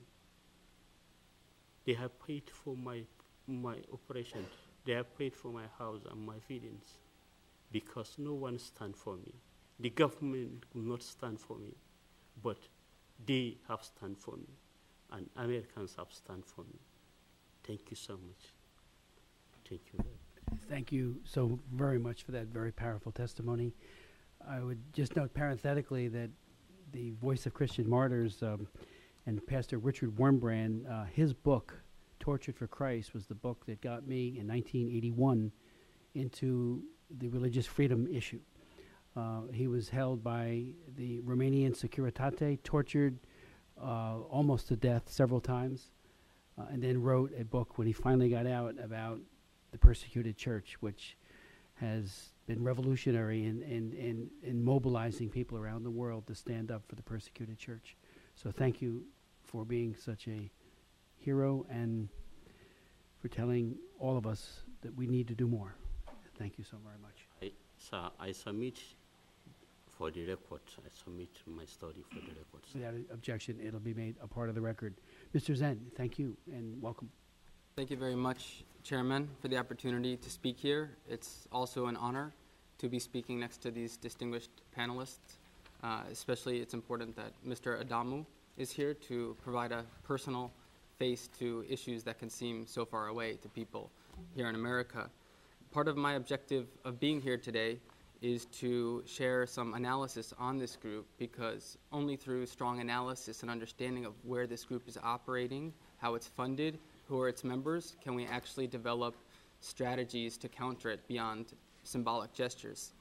I have, however, included some policy options for the U.S. in my written testimony and a Wall Street Journal article that was published yesterday called Boko Haram Isn't Only Nigeria's Problem. Now, there are two main reasons why Boko Haram is not only Nigeria's problem. I'd like to start by noting that in 2002, Boko Haram set up an Afghanistan compound modeled after the Taliban, 2 miles from the Niger border. After it engaged in clashes with the local community and security forces, its members fled across to the border with Niger. In 2004, Boko Haram organized its first attacks on the security forces in the Mandara Mountains between Nigeria and Cameroon. Again, its members fled into Cameroon after those attacks. In 2009, in July, there were 4 days series of attacks between Boko Haram and the security forces. 30% of Boko Haram members fled into the border region after those attacks. One member fled to Somalia and later masterminded the attacks on the UN headquarters in 2011. It is also after 2009 that Boko Haram went underground and it no longer solicited its funding sources from traditional mainstream sources. As a result, although the FTO label can help effectuate a crackdown on mainstream funding to Boko Haram, most of its funding is now local and informal, and therefore it will require other measures and strategies at the more local level to counter Boko Haram funding. In May 2013, the Nigerian security forces again launched an offensive against Boko Haram as part of a state of emergency, but again Boko Haram fled into the border region. Its leader, Abu Bakr Shekau, who has a $7 million bounty on his head, has been reported in Mali, Niger, and Cameroon, all in the past year. Until an efficient border strategy is implemented to crack down on Boko Haram involving Nigeria and its French-speaking neighbors, and including leadership from the U.S. and France, no matter what policies we take here in Washington or the Nigerian security forces take, Boko Haram cannot be defeated. The U.S. should know, as well as any other country, how difficult it is to suppress an insurgency when the insurgents can go into a neighboring country and receive sanctuary. We've experienced this in Afghanistan. The second reason, to give an example, Algeria recently established 80 border posts in its country. That's an example of a country taking border security seriously. We need to see that type of collaboration in Nigeria. The second reason why Boko Haram is not only Nigeria's problem is because of the breakaway faction Ansaru, which is an Al-Qaeda in Islamic Maghreb extension in Nigeria. It is basically Nigerian members of Al-Qaeda in Islamic Maghreb who, for the sake of efficiency, have established an operation in Nigeria. I would submit, in fact, that the UN headquarters attack, the federal police headquarters attack, and the string of suicide bombings of churches in the middle belt of Nigeria in 2012 show the Al-Qaeda in Islamic Maghreb footprint more than the grassroots footprint of Boko Haram. Ansar's leaders and founders, for example, Barnawi and Kambar, who have been designated as terrorists by the U.S., received their training in Algeria in the 2000s and even operated with Mukhtar Belmokhtar, a famed kidnapper, in the Sahel as early as the 1990s. The symbolism of Ansaru, which I've depicted in the written testimony, and its propaganda are also consistent with al-Qaeda in the Islamic Maghreb. And its attack style, targeting foreigners for kidnapping and ransom, is also the same style as al-Qaeda in the Islamic Maghreb in the Sahel. I would also submit that the French family that was kidnapped in Cameroon in February 2013, as well as the attack on a prison in Niamey, Niger in June 2013 to free Nigerian militants, were also the work of Ansaru and international militant networks. As a result, I think that this FTO label must target specifically Ansaru and Jamiatul Ahli Sunnah li Dawati wal Jihad, which is actually the official name of the group that we call Boko Haram, based in the border region. Boko Haram has, however, become a nebulous term to refer to all types of violence in Nigeria. So in order to effectuate this FTO label, let's focus it specifically on these two groups and use other non-securitized measures to tackle radicalization in Nigeria, which relates to land conflicts between majority ethnic Muslim groups and Christian groups, as well as the result of foreign support of radical groups. And that includes countries like Iran, Saudi Arabia, that have supported the development of radical groups, where Boko Haram also has its roots, even in the 1990s and 2000s. So thank you very much. I very appreciate the opportunity to speak here today. Thank you very much, Mr. Zen, for your analysis and for your myriad of recommendations. I think that you make a number of very tangible suggestions to the State Department and to us, so thank you. So Thank you very much. I'd be glad to work on them. Our next witness is Dr. Guy Nzuribe. Yes, and thank you so much for being here. All of you, thank you for your patience after that long delay from the voting, and the floor is yours. Thank you very much, Mr. Chairman. Thank you, Chairman Smith, for the privilege and opportunity to testify before your joint subcommittees as you begin the important deliberations on the critical issue of declaring Boko Haram a foreign terrorist organization. Thank you, Ranking Member Bass. I also thank you for the opportunity to come here and address these issues with you. Many of my comments are based directly on my familiarity with the country, close observations with developments therein, and easy access to the political class in Nigeria. As both Chairman Smith and Chairman Poe have determined, Boko Haram is engaged in activities that terrorize the general Nigerian populace, and with their ally, the Ansaru group, also foreigners. As such, Boko Haram has become part of a broader strategic challenge to the United States and our international partners. Today, I want briefly to offer some context for this challenge, share what I have learned, and suggest a view of Boko Haram that is increasingly being shared by analysts in Nigeria. I believe it's an extremely important area that has not received the attention it deserves from the intelligence and law enforcement communities. Of course, this approach does not override the determination of Boko Haram as a force for evil and terrorism. Its stance and activities fall very well within the FBI's definition of a terrorist organization. Background: Boko Haram is a moniker that roughly translates in Hausa to Western education is forbidden. But what they really want to do is to establish an Islamic state in Nigeria that's governed under strict Sharia law. Boko Haram adheres to the understanding that Muslims taking part in any secular, educational, political, or social activity should be forbidden. And in this, they really hark back to the caliphate of Sokoto and the empire before. Boko Haram came into being in 2002 under the leadership of the charismatic Mohammed Yusuf. Yusuf recruited followers, gathered them, and established a sprawling compound in Maiduguri, capital of Borno State. They lived under the Quranic phrase, anyone who is not governed by what Allah has revealed is among the transgressors. Yusuf had access to the ruling elite because he came from that class too, and was indeed financed by them. Subsequent investigations revealed that in addition to Governor Sheriff of Borno, the prominent national politician, Senator Ali Ndume of Borno too, who was also a financial linchpin for the group. There was also a former Nigerian ambassador, the late Saidu Pindao, who actually was their paymaster, was a treasurer, if you want. Where were these and other prominent Borno politicians involved with this group? Because they wanted to subvert this group and make them part of the election-winning machine. Boko Haram supplied the thugs and could coerce voters by force to vote as was desired by this group. So Boko Haram subsequently helped Sheriff win the governorship of Borno State. According to Boko Haram, a tacit understanding was reached with Governor-elect Ali Modu Sharif that called for the implementation of a stricter form of Sharia law and the transformation of Borno into a model Islamic state. A leader of Boko Haram, Wuji Foy, was appointed to the cabinet of Governor Sharif. After a year of no movement towards the realization of the promised Islamic State, Mohammed Yusuf asked Foy to withdraw from the governing administration. Wujifu resigned and was eventually killed in suspicious circumstances that the Boko Haram sect believed were officially instigated. 19 members of Boko Haram or sympathizers were mowed down during the burial procession for Wuji Foy. Thereafter, the relationship between the governor and Boko Haram soured.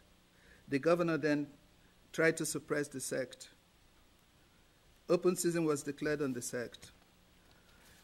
Inadequately trained police forces responded to threats of challenge to authority by rounding up anyone who they thought might possibly be connected to the annoying group. Usually that meant sweeping up innocent bystanders in the search for a few guilty men and jailing or disappearing them. When Boko Haram first struck in 2009, the police, with orders from the administration, reacted by raiding their compound and extrajudiciously executing the group's leaders, including Mohammed Yusuf. In reaction, Boko Haram began a transformation into the terrorist organization that we know today. In Maiduguri, their home turf, drive-by motorbike associations of politicians and policemen became their modus operandi. Their terrorist activities soon ensnared the rest of the city, and in quick order, the local security forces could no longer contain them. Boko Haram stepped up wanton killings, bank robberies in and around Maiduguri. When the federal government, in a ham-fisted manner, tried to contain the conflict, the sect turned its ire towards the military and government installations. There have been atrocities, and lots of them, human rights abuses on both sides. But for some notable and very, very disturbing activities in Kano, Jos, and Abuja, Boko Haram has largely confined their activities to northeastern Nigeria. There is a growing fear that many extremist elements within the sect may try to escalate this crisis throughout the country. When we talk about Boko Haram, we normally bring up again the Islamist bent and then this fear of Sharia. Apart from its engagement in terrorist activities, most disquiet around Boko Haram centers on their express desire to create an Islamic state that will be based on strict execution of Sharia laws. With their agitation for Sharia law, Boko Haram managed to focus the public eye on the role of Islam in Nigeria. This spotlight on Islam was enhanced, especially in America, after the underwear bomber Umar Farouk Abdul Muttalab tried to blow up an aircraft that was landing at Detroit on Christmas Day a few years ago. Umar Farouk, of course, is a Muslim from northern Nigeria and would necessarily share cultural and religious traits with members of Boko Haram. Al-Qaeda in Yemen, of course, quickly claimed Abdul Muttalab, and with that sent intelligence analysts scrambling to connect existing and potential dots that may lead to Nigeria and groups like Boko Haram. Most states in northern Nigeria share the same socioeconomic, religious, and political conditions that would beget a sect like Boko Haram. Indeed, northern Nigeria does have a history of homegrown Muslim sects that presented security and administrative challenges to the nation as a whole. we talk about Boko Haram, but before Boko Haram, in the 1980s, as late as 1980s, there was the Maitatsine uprisings centered in Kano, but which also radiated from there into other areas in the north. In the past decade, 2 other sects have come into being. These are, of course, the Ansaru, a more radical offshoot of Boko Haram, and of course, there's the one that's not talked much about, the Darul Islam sect. Both tend to adhere, all of them have in common the fact that they adhere to doctrines that move them out of step with the belief structure of majority Muslims in Nigeria. But to varying degrees, they do believe that the pervasive corruption in Nigeria and inequality mitigates against any real practice of Islam. So for them, establishment Muslims, especially Muslim leaders, cannot be seen as true Muslims too. This would account for why they killed 2 Muslims, because they don't see them as true Muslims. But throughout the history of Nigeria, the rise of sects like Boko Haram have coincided with periods of stark economic stagnation, where youth unemployment is very rife and inequality grows ever larger. Jobless and angry young men become excellent candidates for fringe groups that teach the necessity to take up arms to recreate a society based on true tenets of Islam. The glaring injustice, abject poverty, and pervasive hopelessness are the driving forces that create organizations like Boko Haram and MEND in the Niger Delta. Unfortunately, Nigeria, with its impressive educated intellectual class and vast wealth to boot, has so far failed miserably at basically delivering any veneer of good government, justice, economic and physical security for all of its people. Economic reports due out next month will show that Nigeria now has the largest economy in Africa. But with the GDP that currently rates as the 32nd largest in the world, Nigeria is the 156th out of 187 countries on the United Nations Human Development Index. So there's been a big disparity between where it should be and where it is. Boko Haram attracts discomfort with its talk of Sharia laws.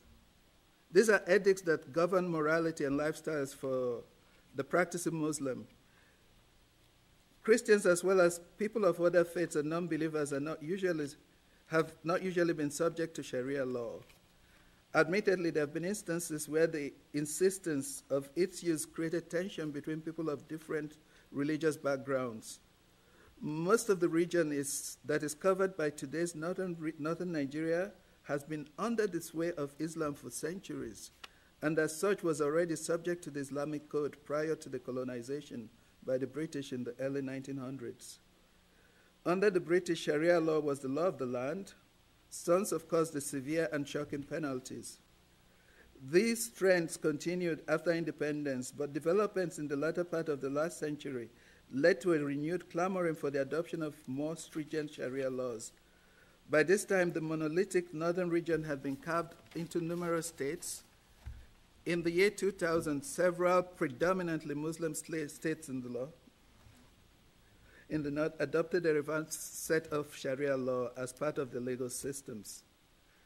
So despite the concern of the largely Christian population, so far the introduction of Sharia laws in northern Nigeria have not produced the hope for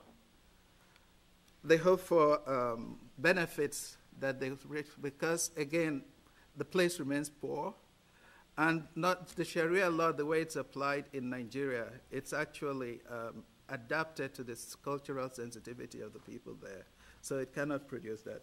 But in conclusion, when we discuss, here we talk about the issue of Boko Haram. This question is being discussed in Nigeria too, because at the moment, the question is being asked, what is Boko Haram? Just like Ven said, it's morphed into a lot of organizations, a lot of entities, with the goal now, the way it's seen as Nigeria, it's been looked upon by certain analysts in Nigeria as being able or capable of making or breaking the nation. Because people in the North, at the moment, we have elections planned for 2015, and seen through that prism, the Northerners see Boko Haram as something that was actually created by Southerners to create disunity among them. The Southerners look at Boko Haram, again, from that prism, the Igbo person would say, okay, Boko Haram, they're trying to kill us again the way they did during the Biafra crisis. The South-South, look at, I mean, it's real complex. I know I'm going over time. Thank you. But I'll answer the question. Mr. Nzuri Bey, thank you very much for your testimony. And just to ask a few questions, let me begin first of all with Mr. Adamu. What was the status and the state of Muslim-Christian relations before Boko Haram, before the, I'll never forget, you know, I travel extensively through Africa, but also through other places where there are large Christian and Muslim populations. And even in Sarajevo, before the Yugoslav war, Muslims and Christians had a very close and friendship, which was then exacerbated by, you know, in that case, the Bosnian Serbs. What was the state of relation between the two? So, before the coming of Boko Haram, the Muslims and Christians are united. We are living at peace with each other. During some celebrations, we are sharing food and other things to each other. We live in peace. But the coming of Boko Haram, that's where the crisis has started. But before, we are living in peace. Mr. Zen, do you want to comment? One of my biggest takeaways from this trip, which reinforced what I thought was the case on the ground, was just that there was a harmony. You know, there's always some friction, but there was genuine friendships among families. And one of the biggest takeaways was how the Muslims are being targeted, not to the extent Christians are. One of our witnesses that was supposed to testify via Skype from the U.S. Embassy in Abuja, but there was some glitch that occurred as of yesterday. Not that he didn't want to testify; it was a technical glitch. But Dr. Khalid Aliou was going to testify here to give a Muslim's point of view on all things as it relates to Boko Haram, and we will receive his testimony in written form. But that was one of the points that I think is underappreciated in the United States and in the West in general. These are terrorists who, as you just said, Doctor, you know, they do target Muslims, but they have a hatred of all things Christian, and it is such a perversion of Islam. One of my close friends in the Islamic community is Rais Saric, the Grand Mufti of Bosnia, and I'll never forget hearing him give a sermon for the reinternment of several, in this case, 800 people who died in Srebrenica. And it was a terrible genocide, 8,000 plus people killed in a matter of days, almost all men separated. It was one of the worst episodes of UN peacekeepers ever, because they actually helped facilitate it and took no action to stop it as well. I mean, the common cause of Muslims and Christians needs to be emphasized as never before, especially pious Muslims who have want no part of what Boko Haram is doing. One of the questions I asked the ambassador earlier, Mr.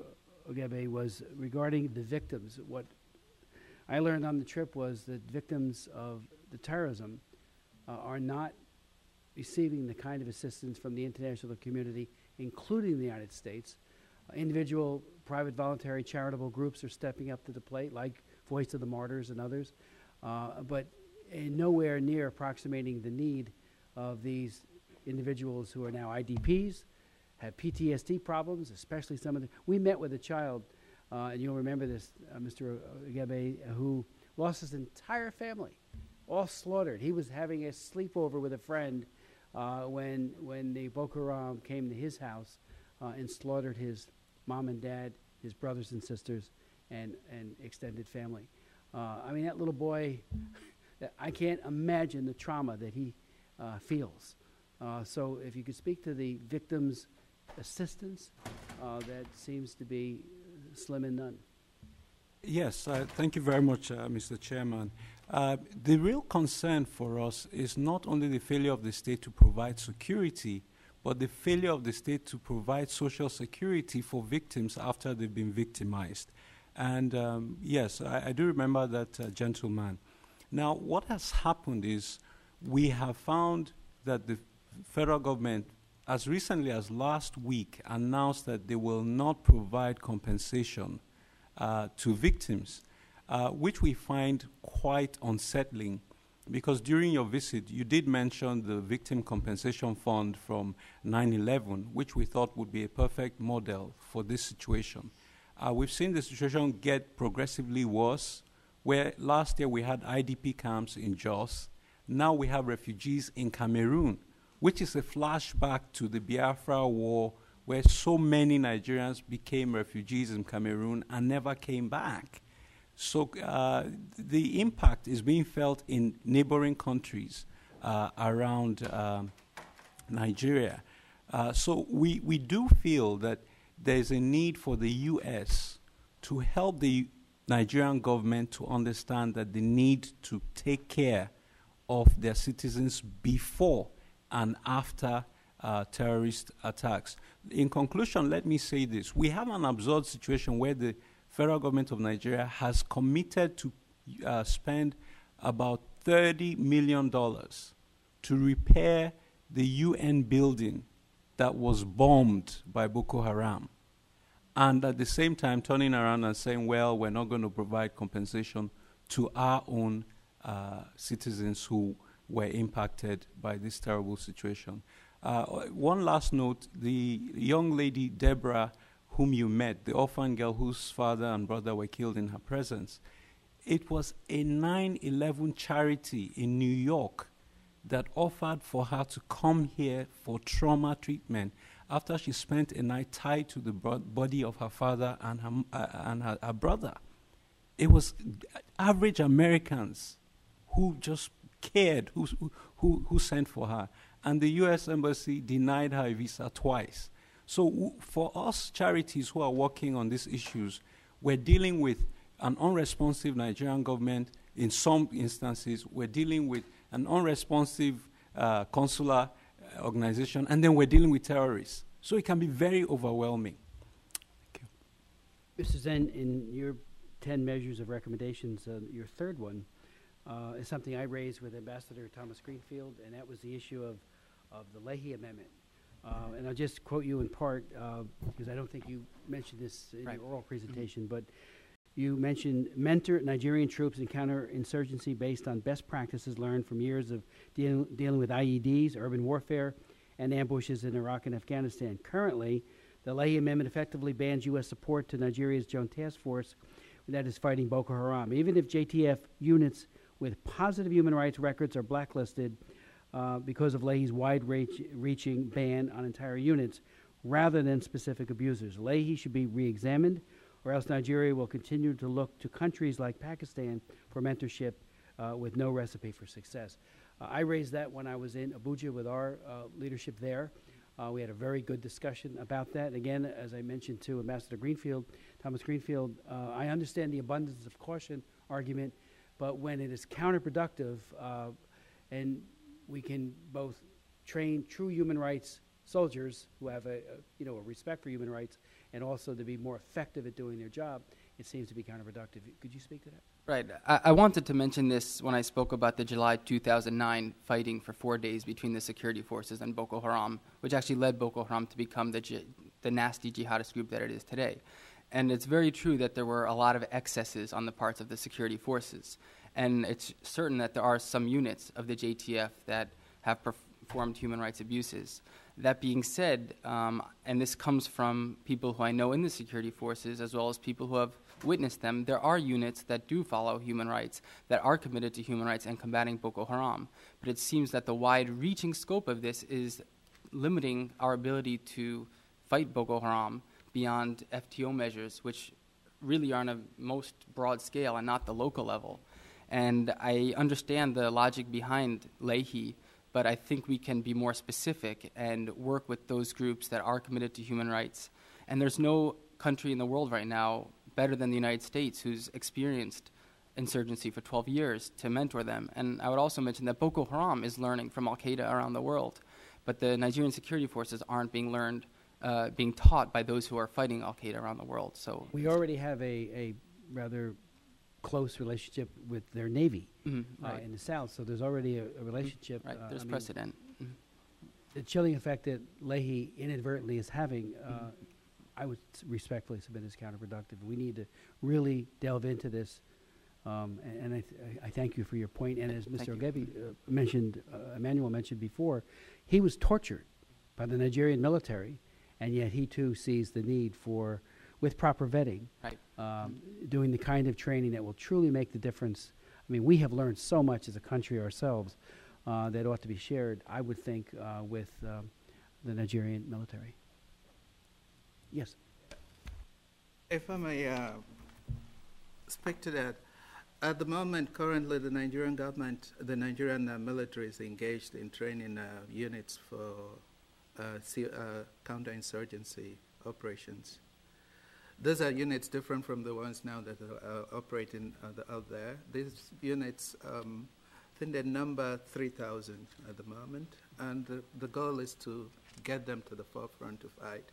Because even the government recognizes that, you know, to fight Boko Haram and such sects, you need to equip the tools, you need to give the troops the tools they need to fight such.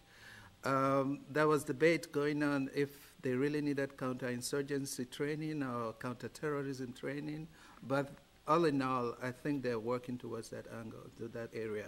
I couldn't tell you off the top of my head who is involved in helping with the training.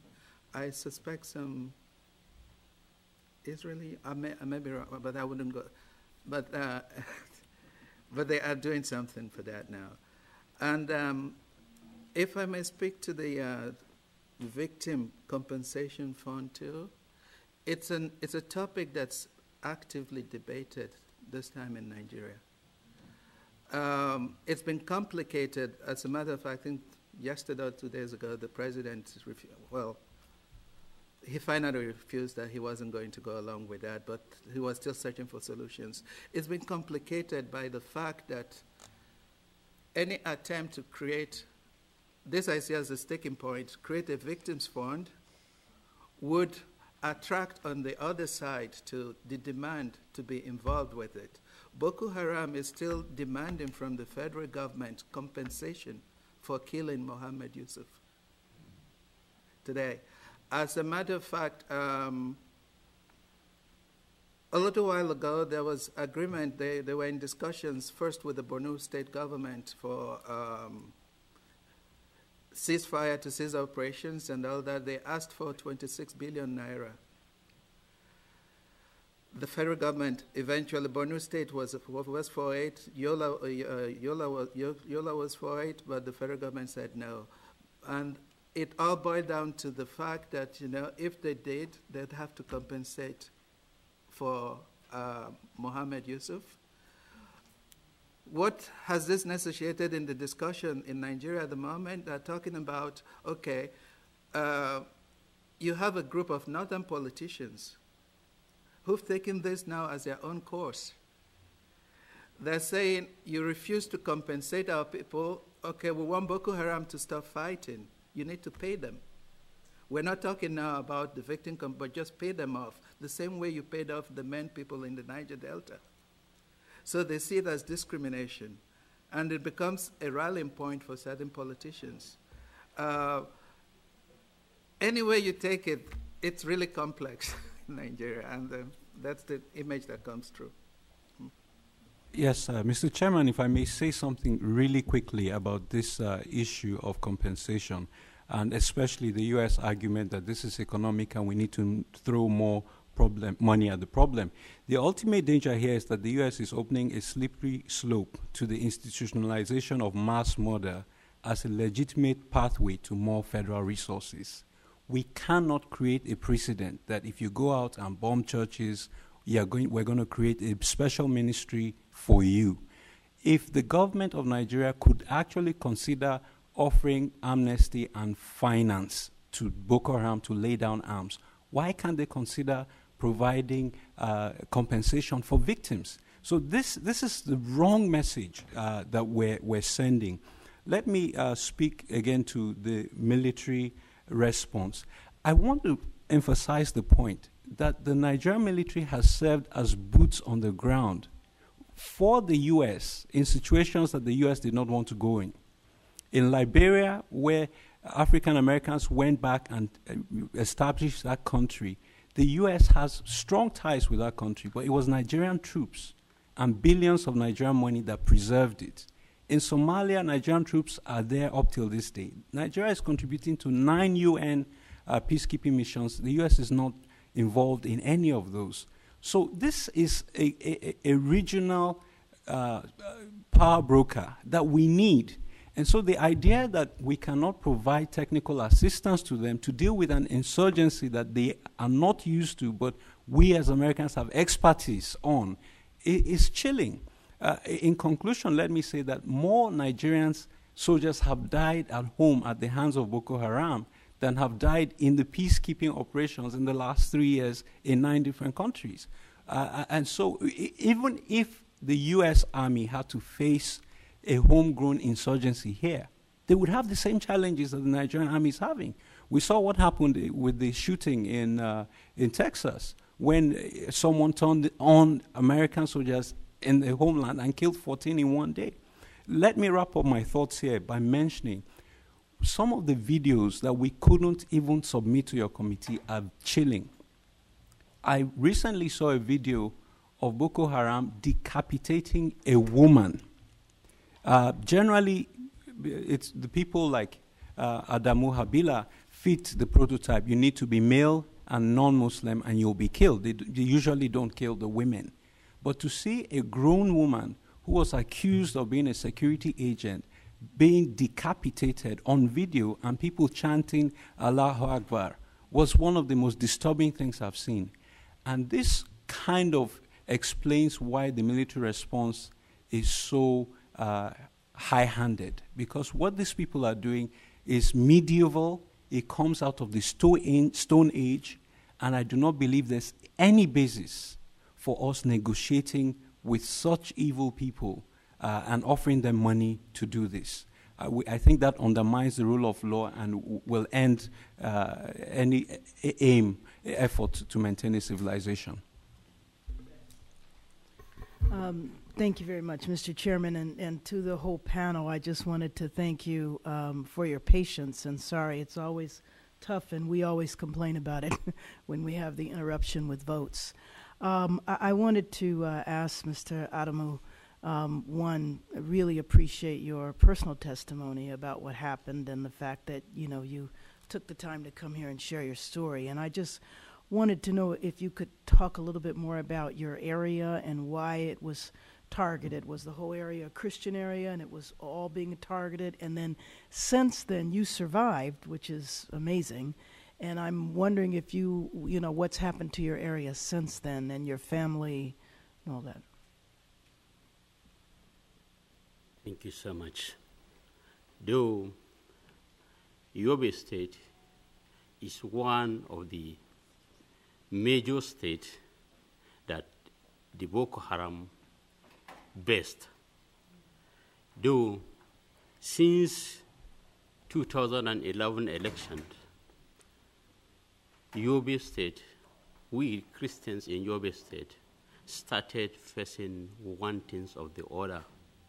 Before the attack, before the 2011, the Christians that are living in Yobe, we are living like second-hand citizens in the state, because even though we read, no government can offer appointment for you in order to work. If, for eventual, you have appointment to work in the government, you will stay there, the government will not promote you. I am working with the government radio stations. I spent 8 years without promotions. 8 years without promotions. Also, that's what we are facing in Yobe. And also, we are denying to have a land where we build our churches. We are denying to have teachers that can teach our children in school, in Christian religion knowledge. Church sacrifice in order to pay teachers in order to teach Christian religion knowledge in Yobe, but they have denied us of all these ones.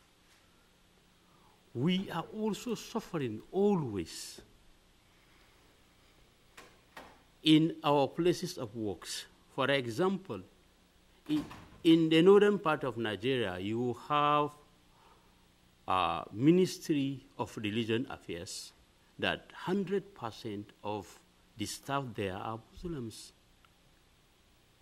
Not one Christian that is there. See, this is what is continue happening. When all these things started, now few Christians that are remain alive, they have flee from the main town to the neighboring countries, neighboring state, in order to have where they will stay. And also the state government started right to us, or we will go back to the state, or they will terminate our appointments. Many of the Christians have been terminated their appointments. They are not working now. You see how these people will survive. They are living in another village without a work. Now, that is why we are calling for a federal government to help the northern Christians in order to offer them an appointment to work under the federal government. And those that have lost their job, let federal government urge the state government to give them back their appointments and pay them their money and their salaries. Okay, thank you. Thank you. Thank you so much. Mr. Zen, you mentioned that Boko Haram, the primary funding is local, and I was wondering what you meant by that. Maybe you can elaborate on that some more. Local, how much, from where? And I'm asking that in the context of wondering if there's anything that the U.S. can do to be helpful. If it's all local funding, how do we? Well, I think one thing that's important to consider is that before July 2009, Boko Haram was essentially one of the many, if not hundreds or thousands of Islamist Salafist groups in Nigeria, and it was fairly mainstream. There was nothing particularly illegal about funding it. The funding streams came through the regular Islamist funding streams through Sudan, Saudi Arabia, Somalia, and possibly even to Western countries. So during its rise from 2002 to 2009, when it was propagating its belief system, which was slightly but not completely more radical than other groups, it was well funded. And it even had funding from local politicians that wanted to be on its side because it was a fairly popular group because it had a charismatic leader. And there's already a radical base in northern Nigeria, as we've learned. After 2009, it shifted from being a preaching group to being a bona fide jihadist group, full-fledged violence, and it's become much less tenable for even radical Muslims to support a group like this financially. Mm-hmm. So I don't think it's going through mainstream funding networks now as much as before, but it has responded by robbing banks. So can we help Nigeria with better bank security? It's kidnapped local people and taken them to safe havens in northeastern Nigeria. Can we help Nigeria to reduce these safe havens either by providing them with intelligence from the air or better border security? And it's responded by stealing cattle from local people. So again, this goes back to the Leahy argument. What can we do to help Nigeria become more capable and competent of providing security for its own citizens? And that will in turn reduce its ability to kidnap, extort, tax local people, and fund itself. And again, our broader Al-Qaeda counter-funding initiatives might help as well, because I do believe this group is connected to Al-Qaeda in Islamic Maghreb and such networks. Thank you. And then finally, I wanted to ask Mr. Ogabi and Mr. Zaribi. It seemed as though when I was listening, now, Mr. Ogabi, when you were talking, unfortunately, I walked in a little bit late. So I wanted to ask a question of both of you to give your perspectives on what the root causes of Boko Haram are, because it seemed as though I heard two different perspectives, but I walked in the middle of Mr. Ogabi, because I believe you were disputing the notion that poverty was, you believed was the root cause, so maybe you could both address that. Yes, thank you very much, Ranking Member Bass. I think that there is a reductionist analysis that has oversimplified the deadly theological insurgency and turned it into an ideological original class warfare. And I want to say that there is a lot of poverty in the North. I'm from the North, though, the Middle Belt, and there is deep poverty there as well. As a child growing up, my mom asked me to go out and buy half a loaf of bread because we had guests coming. I didn't know it was possible to do that. I walked into the store, they cut it in half and sold me half a loaf of bread. And we came from a well-to-do family. My dad was a judge, my mom was a doctor. So there is poverty in the north of Nigeria. Now, the problem here is this. Poor people are some of the most generous people you will ever meet. And Muslims are some of the kindest people you will ever meet. So people who are decapitating women do not remind me of the poor Muslim neighbors I had. I traveled to England once. I came back. My poor Muslim neighbor, I was gone longer than I expected, had gone into my apartment and washed all my clothes before I came back. These are not the people who are going out and bombing churches. Now, having said that, I believe that this is an export of an extreme ideology. I will give you a quick illustration. Polio has almost been stamped out as a disease in the world. It's now subsisting in only 3 countries, Pakistan, Afghanistan, and northern Nigeria. What is the link? We need to ask ourselves these questions. Let me say with regard to The link with Pakistan and Afghanistan, that's clear. Yes, but if you look at the U.S. terrorism report, you'll find that Pakistan, Afghanistan, and Nigeria are in the same ranking of the top 5 countries that are engaged in terrorism. So there's a deep theology where they shoot health workers. The 2 countries that health workers were shot were Pakistan and Nigeria. Yeah. So no matter what investments you make, if you don't change this warped mindsets and this warped theology, we will have these problems. I will say, remember that 2 Americans were just freed who were kidnapped in the South. Yesterday, right? Day before? They paid a ransom and they were freed. That is economic. Now, in the North, Ansaru kidnapped 7 Westerners and executed them. They didn't even bother waiting for and I do understand what you mean by the export of an ideology, but what is the basis of that ideology taking root? Well, the problem is with the interpretation of jihad. There are some who believe that it is not a movement, it's not notional, it is physical, violent jihad. There's another school of thought that says, well, when they said kill the Jews and the Christians, it was specific to that time and not to this time. So you need to read it in context. There are others who feel, no, I mean, it's universal. We need to keep doing that now.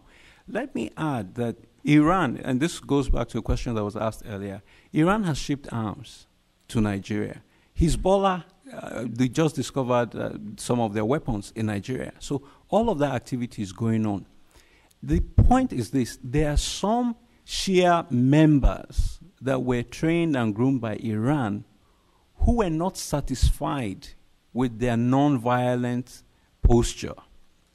And so they decamped to form Boko Haram or to join Boko Haram because they felt that this would give them expression to be more violent in their underpinnings. And I believe that Zin has written a little in this area. So it is that ideology that is really, and the theology that is really, I think, at the core of this problem. Thank you. Ms. Yeah. I'm sorry. It's okay. You did hear correctly. There is a difference in the way we look at it. I think he approaches the issue as an advocate. And I'm looking for broad strokes that actually would help a policymaker to, come up with policies that can be implemented. And on that, on a different level, we can talk, other things will come in. Yeah, origin of Boko Haram, any way you cut and slice it, it's in the conditions, the dire economic conditions in the north. There is huge poverty, but it's almost structural because you have, this goes back actually to the Sokoto caliphates. And when the British came into Nigeria too, they discouraged contact and education between Western education. And the British were only happy to indulge them, so they introduced indirect rule. The emir was responsible. And the emir goes off, oh yeah, Western education, we don't need. So that tradition, actually, Boko Haram is in a historical tradition that was always there. But what has happened, especially since the 80s, until the 70s, after the war, the Biafra War, it was masked by the fact the oil industry boomed, and the North actually held sway over the economy in Nigeria. So you had a lot of transfer from the South to the North. And that masked some inequality, that masked some aspects of a non-developing economy that you wouldn't see because there seemed to be money everywhere. But in the 80s, beginning in the 80s, especially since the year 2000, you've had a situation in Nigeria where power shifted in a concrete way from the north to the south. And the establishment, the creation of more states in the north, I think they believe there are 19 states now. They always believe that in the Arawa, you hold together. But they began to go their separate way, and some would actually make alliances with other states in the south. But effectively, they lost power in the federal government, which is, why is this important? Because unlike Nigeria is a typical developing country, and the government plays an inordinate, a very substantial role in the economy. You don't have the private sector to counterbalance. And if you control government, you're able to do that. Where I'm going is in the north, in the beginning, especially in the 80s, it began to show that they didn't have people who were educated to become part of the economy. They created states. They couldn't attract businesses because you didn't have an educated class. So the poverty just kept increasing more and more. They have kids who don't go to school. You have 8-year-olds already in the street trying to sell things instead of being in school. So that you get to the point where a kind of helplessness begins to settle in, because in between they see the ruling class, it's actually doing very well, sending their kids abroad for to schools, but refusing to spend money, state money, on education for the indigents.